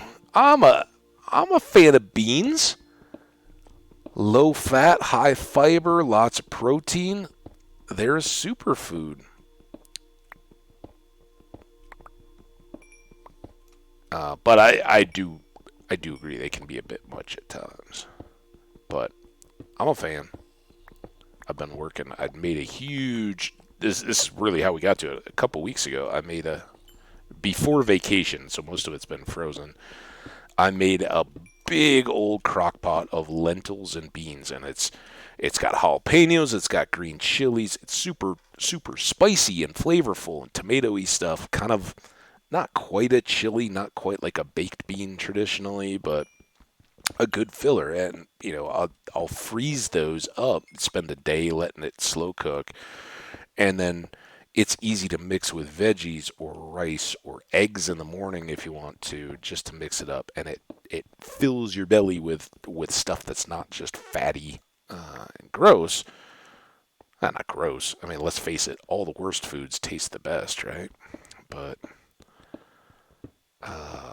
that those kinds of foods, especially in the wintertime, will give you that full, hearty feeling.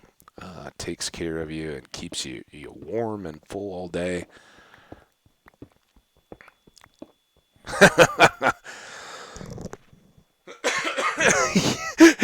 Yes, Hydro, you will be dominant. You will rule over a silent empire in the office when nobody approaches your space.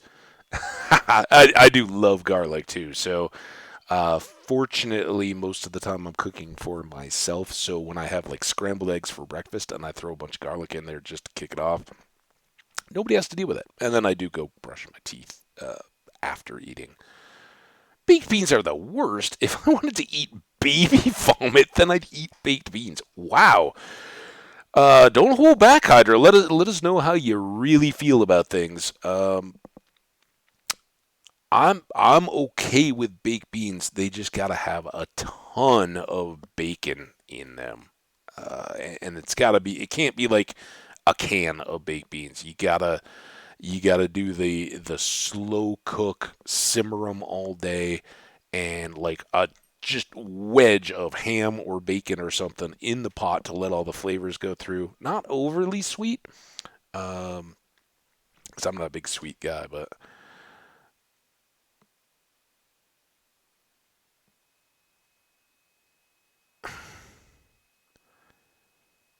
prison beans.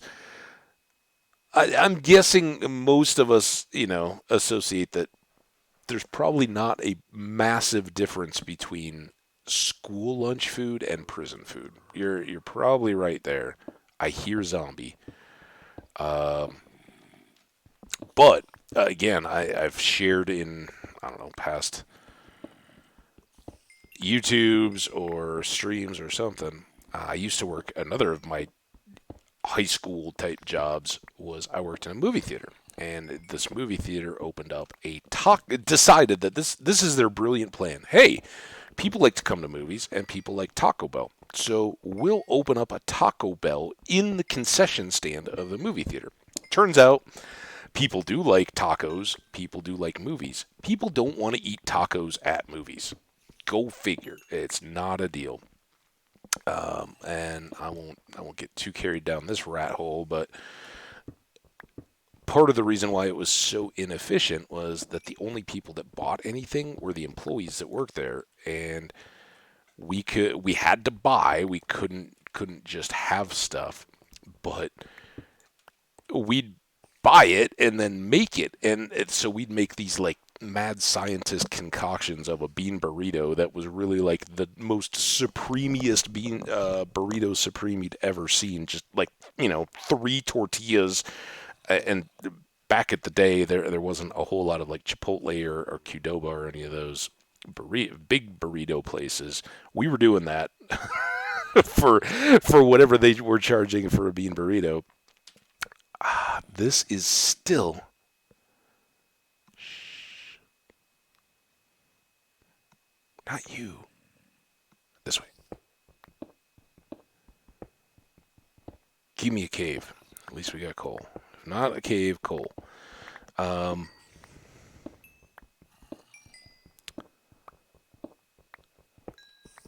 So that was where I learned that out of all of the Taco Bell stuff, the beans are actually solid, and I've got a real respect for a well-made Taco Bell bean burrito.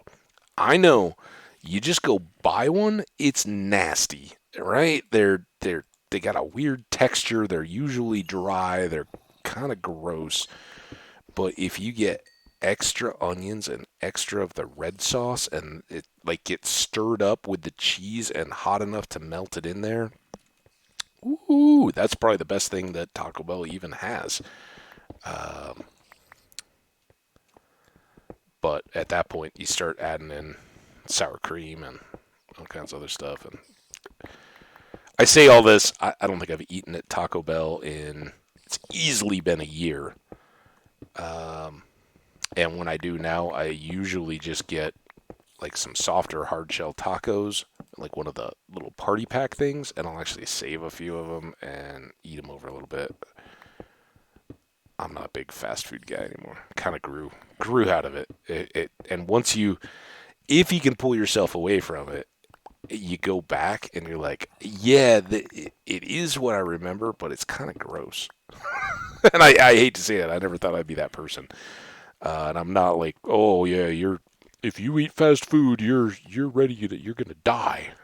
Now, um, oh yeah, it was awful idea for a movie theater, Hydra. It was a disaster. Like the few people that did it, and of course it was like movie theater priced Taco Bell.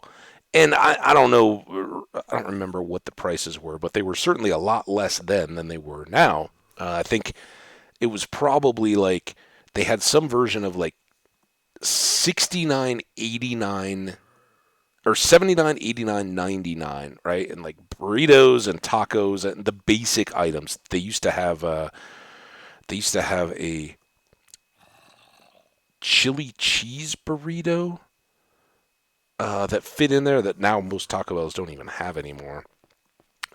But those would all, like a tostada, right? Those are the basic kind of cheap things. But you'd come into a movie theater and it was like two tacos for $5, and it's like that's over twice as much as just going to get a taco at a Taco Bell. And you got movie theater kids that are trying to keep this stuff fresh in the back. It was a disaster. Um, but that was my look under the hood. That's where I already was, right? I probably just broke my stairs to get out. Where are these? I hear spiders. I hear zombies.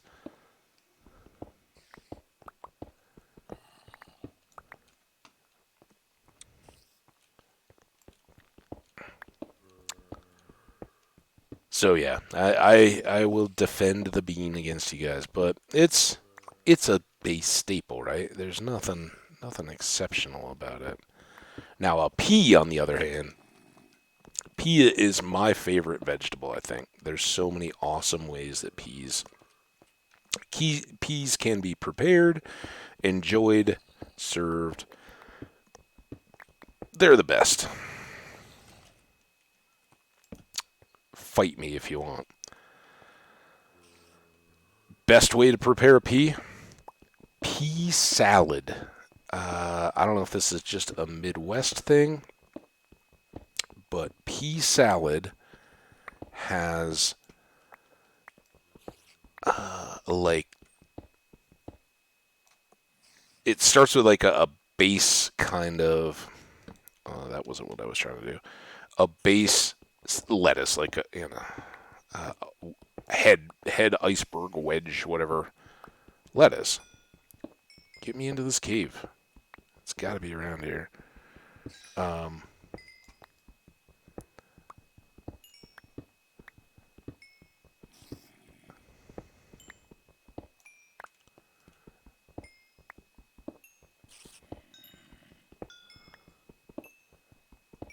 I know. We Troy and I have also talked. Troy's a sweet tea fan as well, and I remember having that conversation with you, Hydro.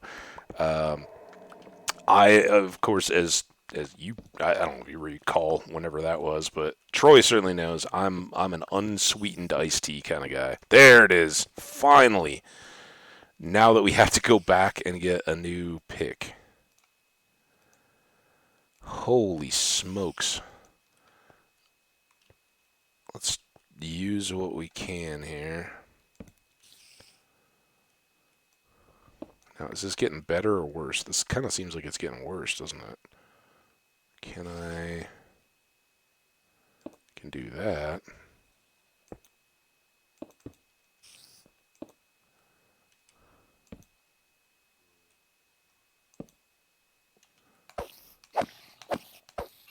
Felt cheaty. Oh, I'm stuck. All right. Don't like that. Hi. Oh, it seems like they're kind of saying hi. Okay, so pea salad while we're dealing with this. Like head lettuce, hard-boiled eggs, mayonnaise, like a mayonnaise kind of dressing. Oh, dude, your sword, not cool. And now they can all. Well, he might have not have dropped it.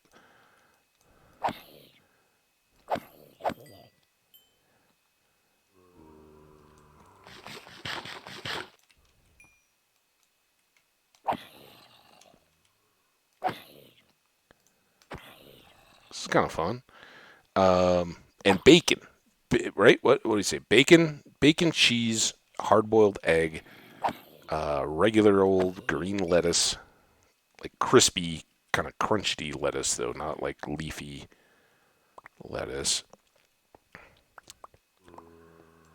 And that does it. So good. Probably like you always if you were in prison and they were asking you for your last meal before they strapped you into the electric chair, what would it be? I think pea salad probably, and this just goes back to how much nostalgia because they're not particularly refined foods or anything like that.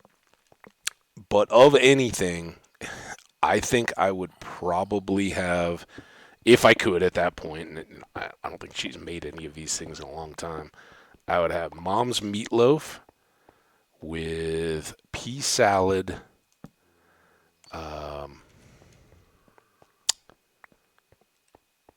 maybe like some twice baked potatoes to go alongside it, and a Black Forest tort for dessert, which are, oh crap, how do I get out of here? Here, um, it's like a dark chocolate with cream type frosting and cherries mixed in throughout it thing. That as a kid they used to serve at a place called the Black Forest Inn restaurant in the Twin Cities of Minnesota, Minneapolis, and St. Paul. Well, we predicted it.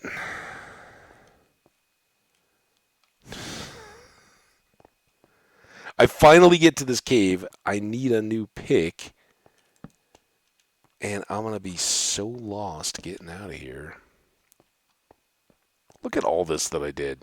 I think if I ever got asked about a last meal, I would just ask the execute by directly pumping a massive amount of mashed potatoes into my stomach. I don't know. I've had that post Thanksgiving. I ate way too much. That might be cruel and unusual. I'd say chicken noshi soup and some Alfredo. Love that type foods. Oh yeah. Buffalo chicken salad is superior. I'm not opposed. Not my go-to. I love buffalo flavoring, chicken wings, all that kind of stuff. Um,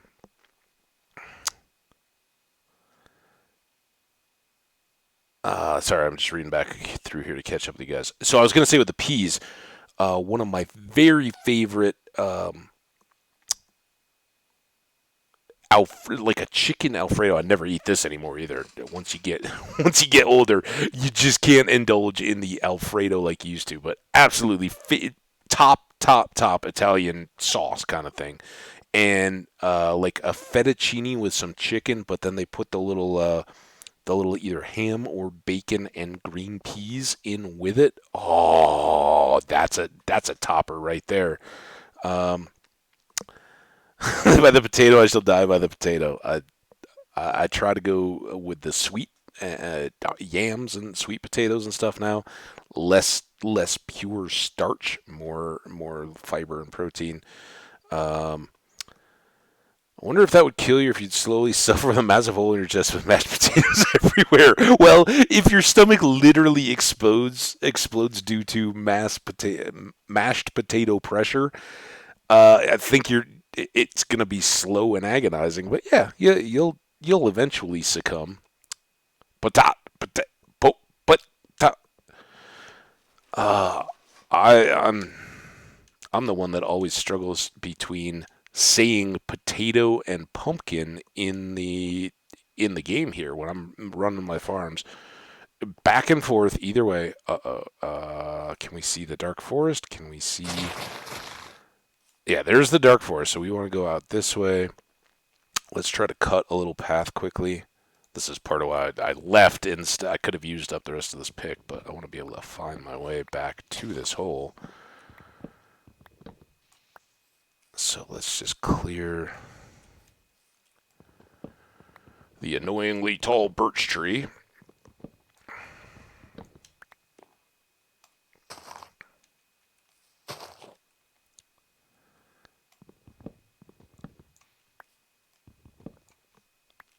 Um, yeah, it's man. Now I'm kind of getting hungry, guys. Can't do this to me. I've still got 2 hours to go.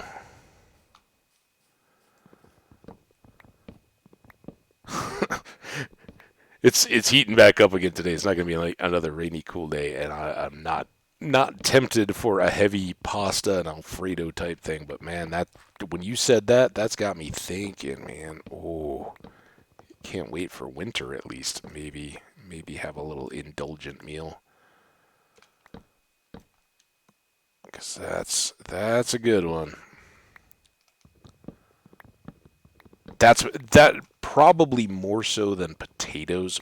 Pasta is the one that gets me.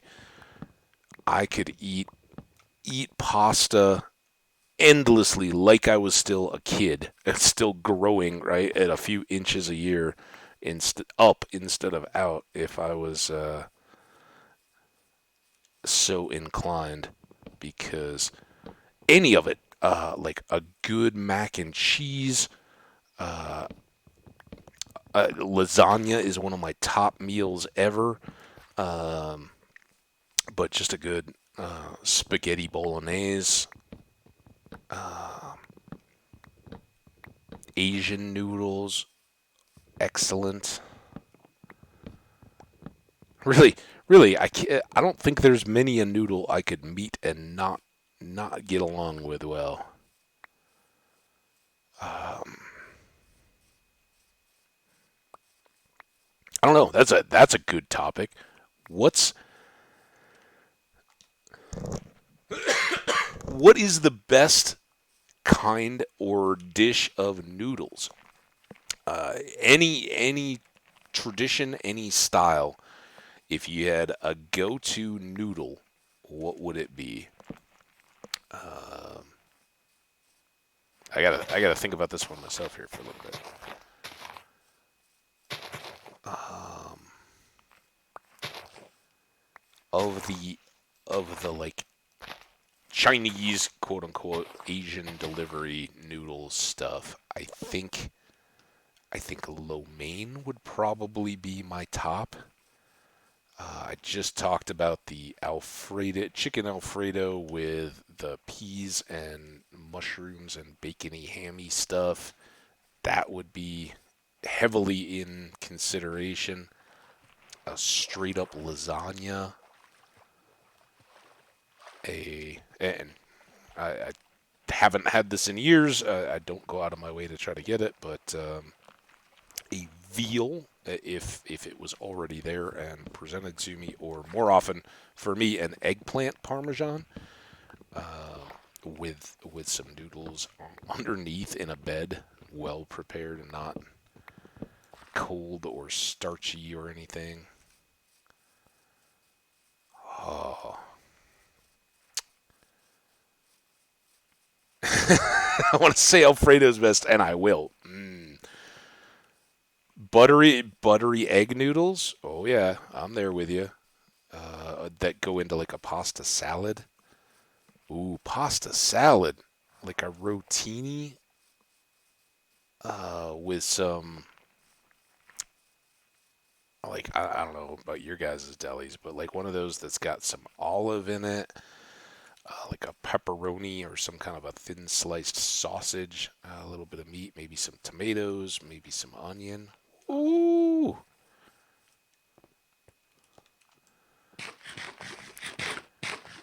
veal. What is a veal? Veal. I'm sorry, veal. Veal. Yeah, veal is good. I live in an area where you go past feedlots if you take road trips, and there are the little veal boxes. So I'm very aware. I don't really support it, but I'm a hunter fisherman. I support the idea of knowing what you're eating and not wasting animal proteins and stuff like that. But at some level, everything's alive, right? You eat a plant. Oh, did that plant? Do we know that plant didn't have hopes and dreams and feelings and aspirations, and you just came along and mowed it so that your lawn would be smooth? That kind of stuff.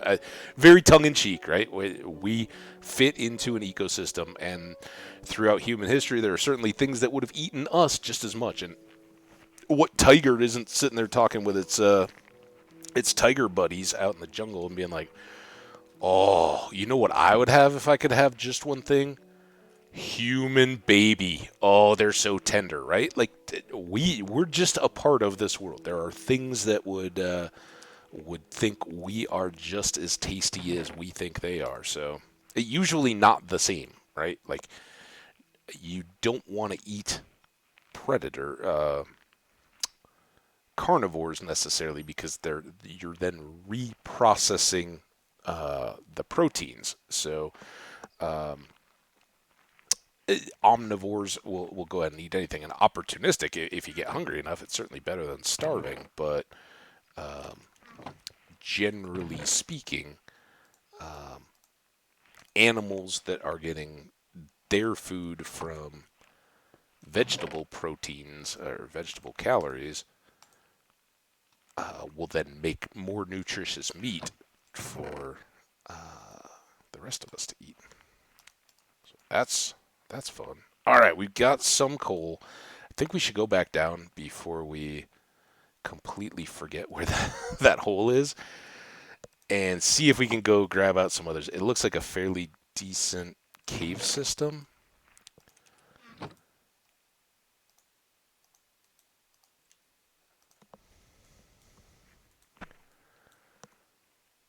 I don't want tear. I want torment. Tear me.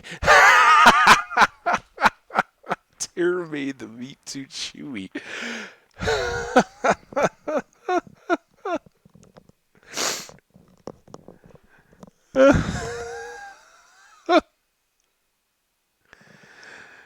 Oh my gosh, you guys took it to a new level while I was here processing my inventory. You guys are awesome.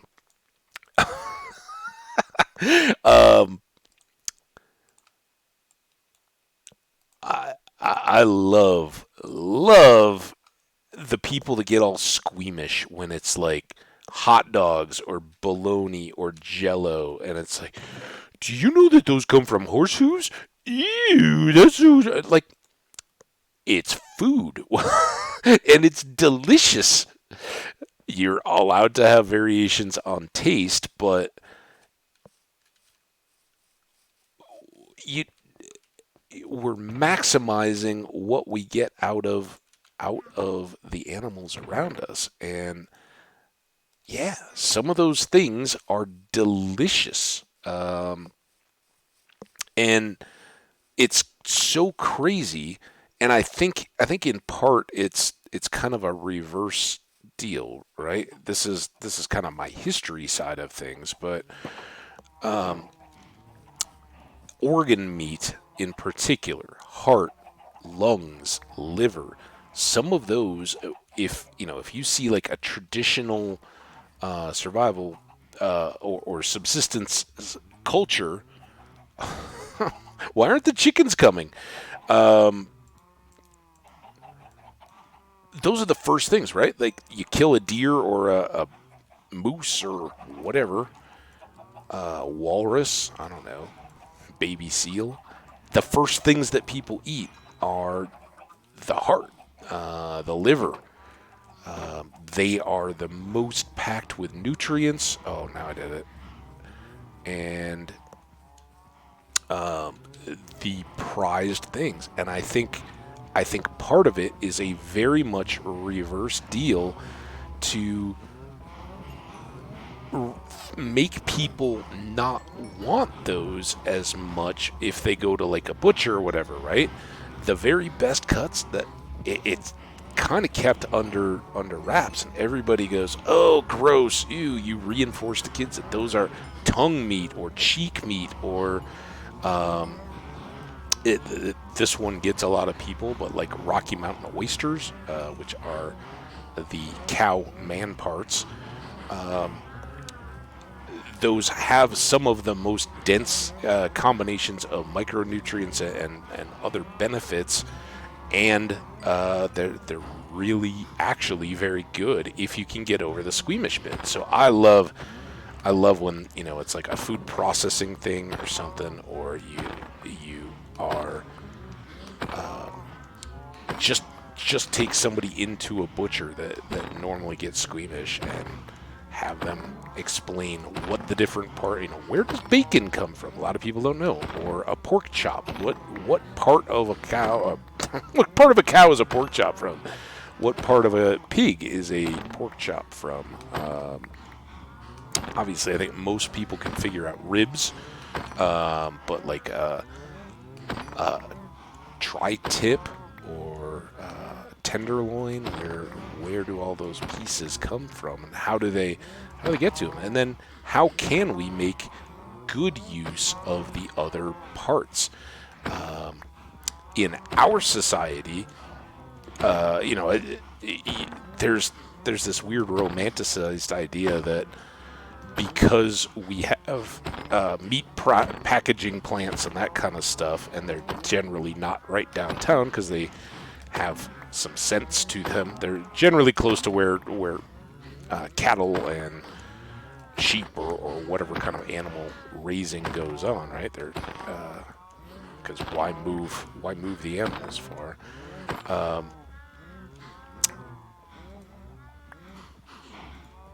But just because you think, all right, yeah, there's a Swift or a Smithfield or whatever the Hormel processing plants around, that doesn't mean that they're any less efficient than the old the hunter or anybody else that says, I'm going to use every part of this animal.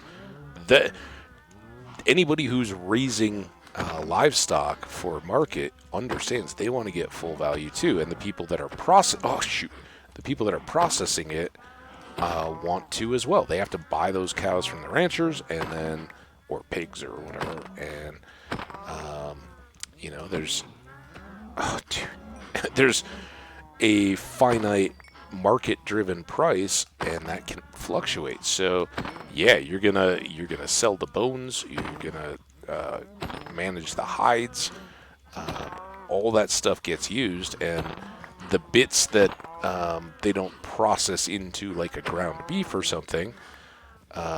Nowadays, here in our society, a lot of that goes to pet food or animal feed. So we're not any more wasteful at an industrial level than we are. It's not so much that we're sitting around getting every bit, or that every chicken that gets processed for chicken wings is also getting their chicken livers pulled and marketed and sold at a grocery store. But I wish they were. They're very delicious.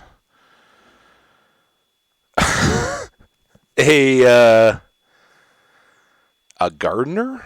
I don't know. That's a good question, Hydra. What is the vegan equivalent to a butcher? Um, I mean, I guess that's kind of the point that they don't want to have that, but um, again, I I I've even dated vegetarians, um, and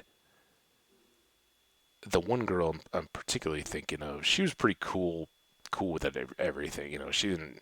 She was like, oh yeah, well, I prefer to be a vegetarian, but I don't mind going out and hanging out while everybody's eating burgers or something. Um, chef, yeah, maybe. Um, so I haven't sat down, but that's the bit that I then struggle with in the whole idea of veganism, right? Is you can't use animal products of any kind. So you can't go up to Mr. Cow and go, "Hey, I'm going to take your milk." That's an animal product. They don't want any part of that.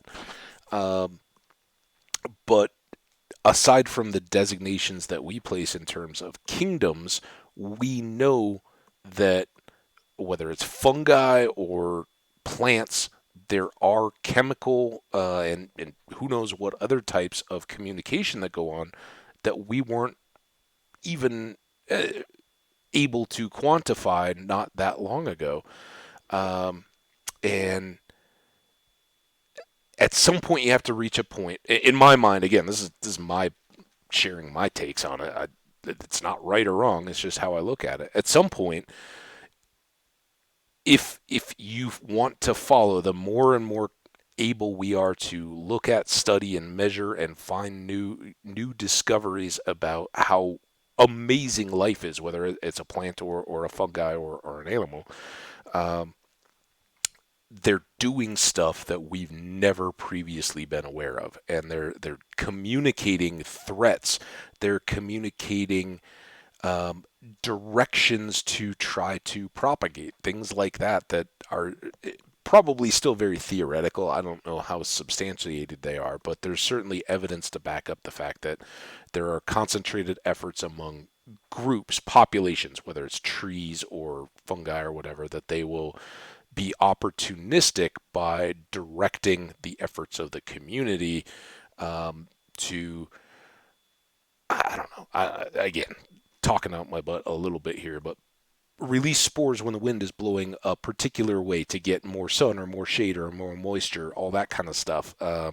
For trees to react in extreme drought or things like that to help support interconnected roots and that kind of stuff. So if you can accept that those things are working in their own self-interest, whether it's reaction to stimuli or anything else, there's some kind of an intelligent design there, and that gets into spirituality and all that kind of stuff. I'm not touching it, but there's something going on there that they're trying to look out for their own. Well, it doesn't take much to get to science fiction, and if we love movies about can androids have self-awareness and personality and our technology, can we make that self-aware? Well, can plants and things, just because they don't talk to us and we don't register it, can they be self-aware? And so then it's a very real question. What makes it more superior to not drink a pailful of cow milk when there's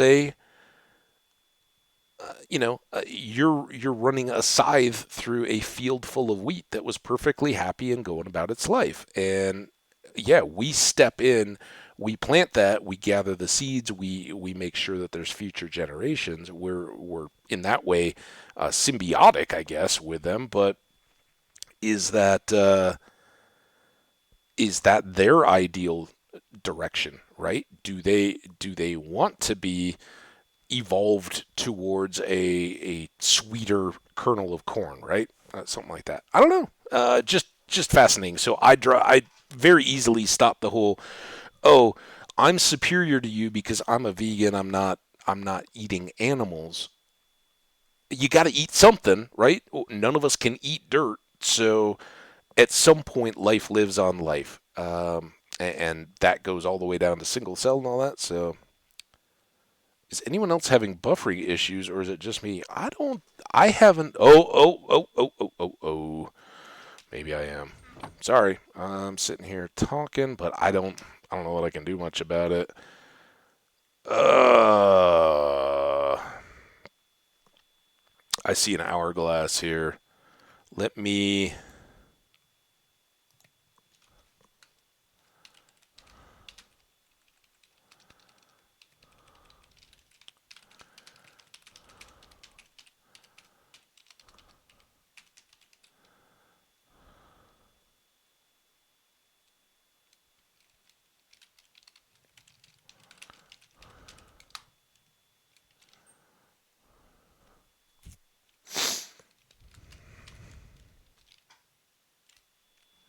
Okay, so for the record, Hydro, I saw an hourglass spinning. Let me see what the delay looks like if I get back out of. Oh, my stream may have. Yikes! I'm still on an escape screen. I was back in my inventory. Yee.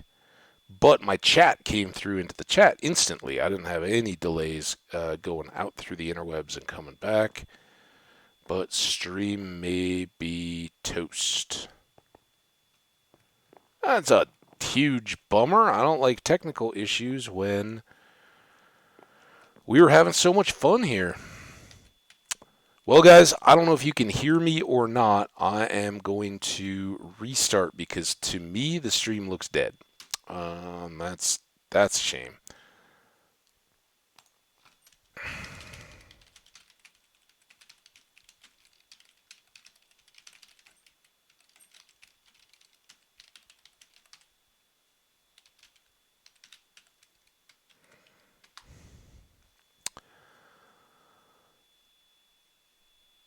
All right, here we go. Again, if you can still hear any of this, I'll find out on the VOD. Apologies. We're going to do a quick restart. We're about 2 hours and 15 minutes in, so about a halfway point. Why don't we do this? I am going to shut it all down. I'm actually going to pop the laptop, as in reboot it, get everything clean. Since we are at the 2 hour mark, I am going to take a quick break, and I will be back at the top of the hour for you Central folks. That is 1 p.m.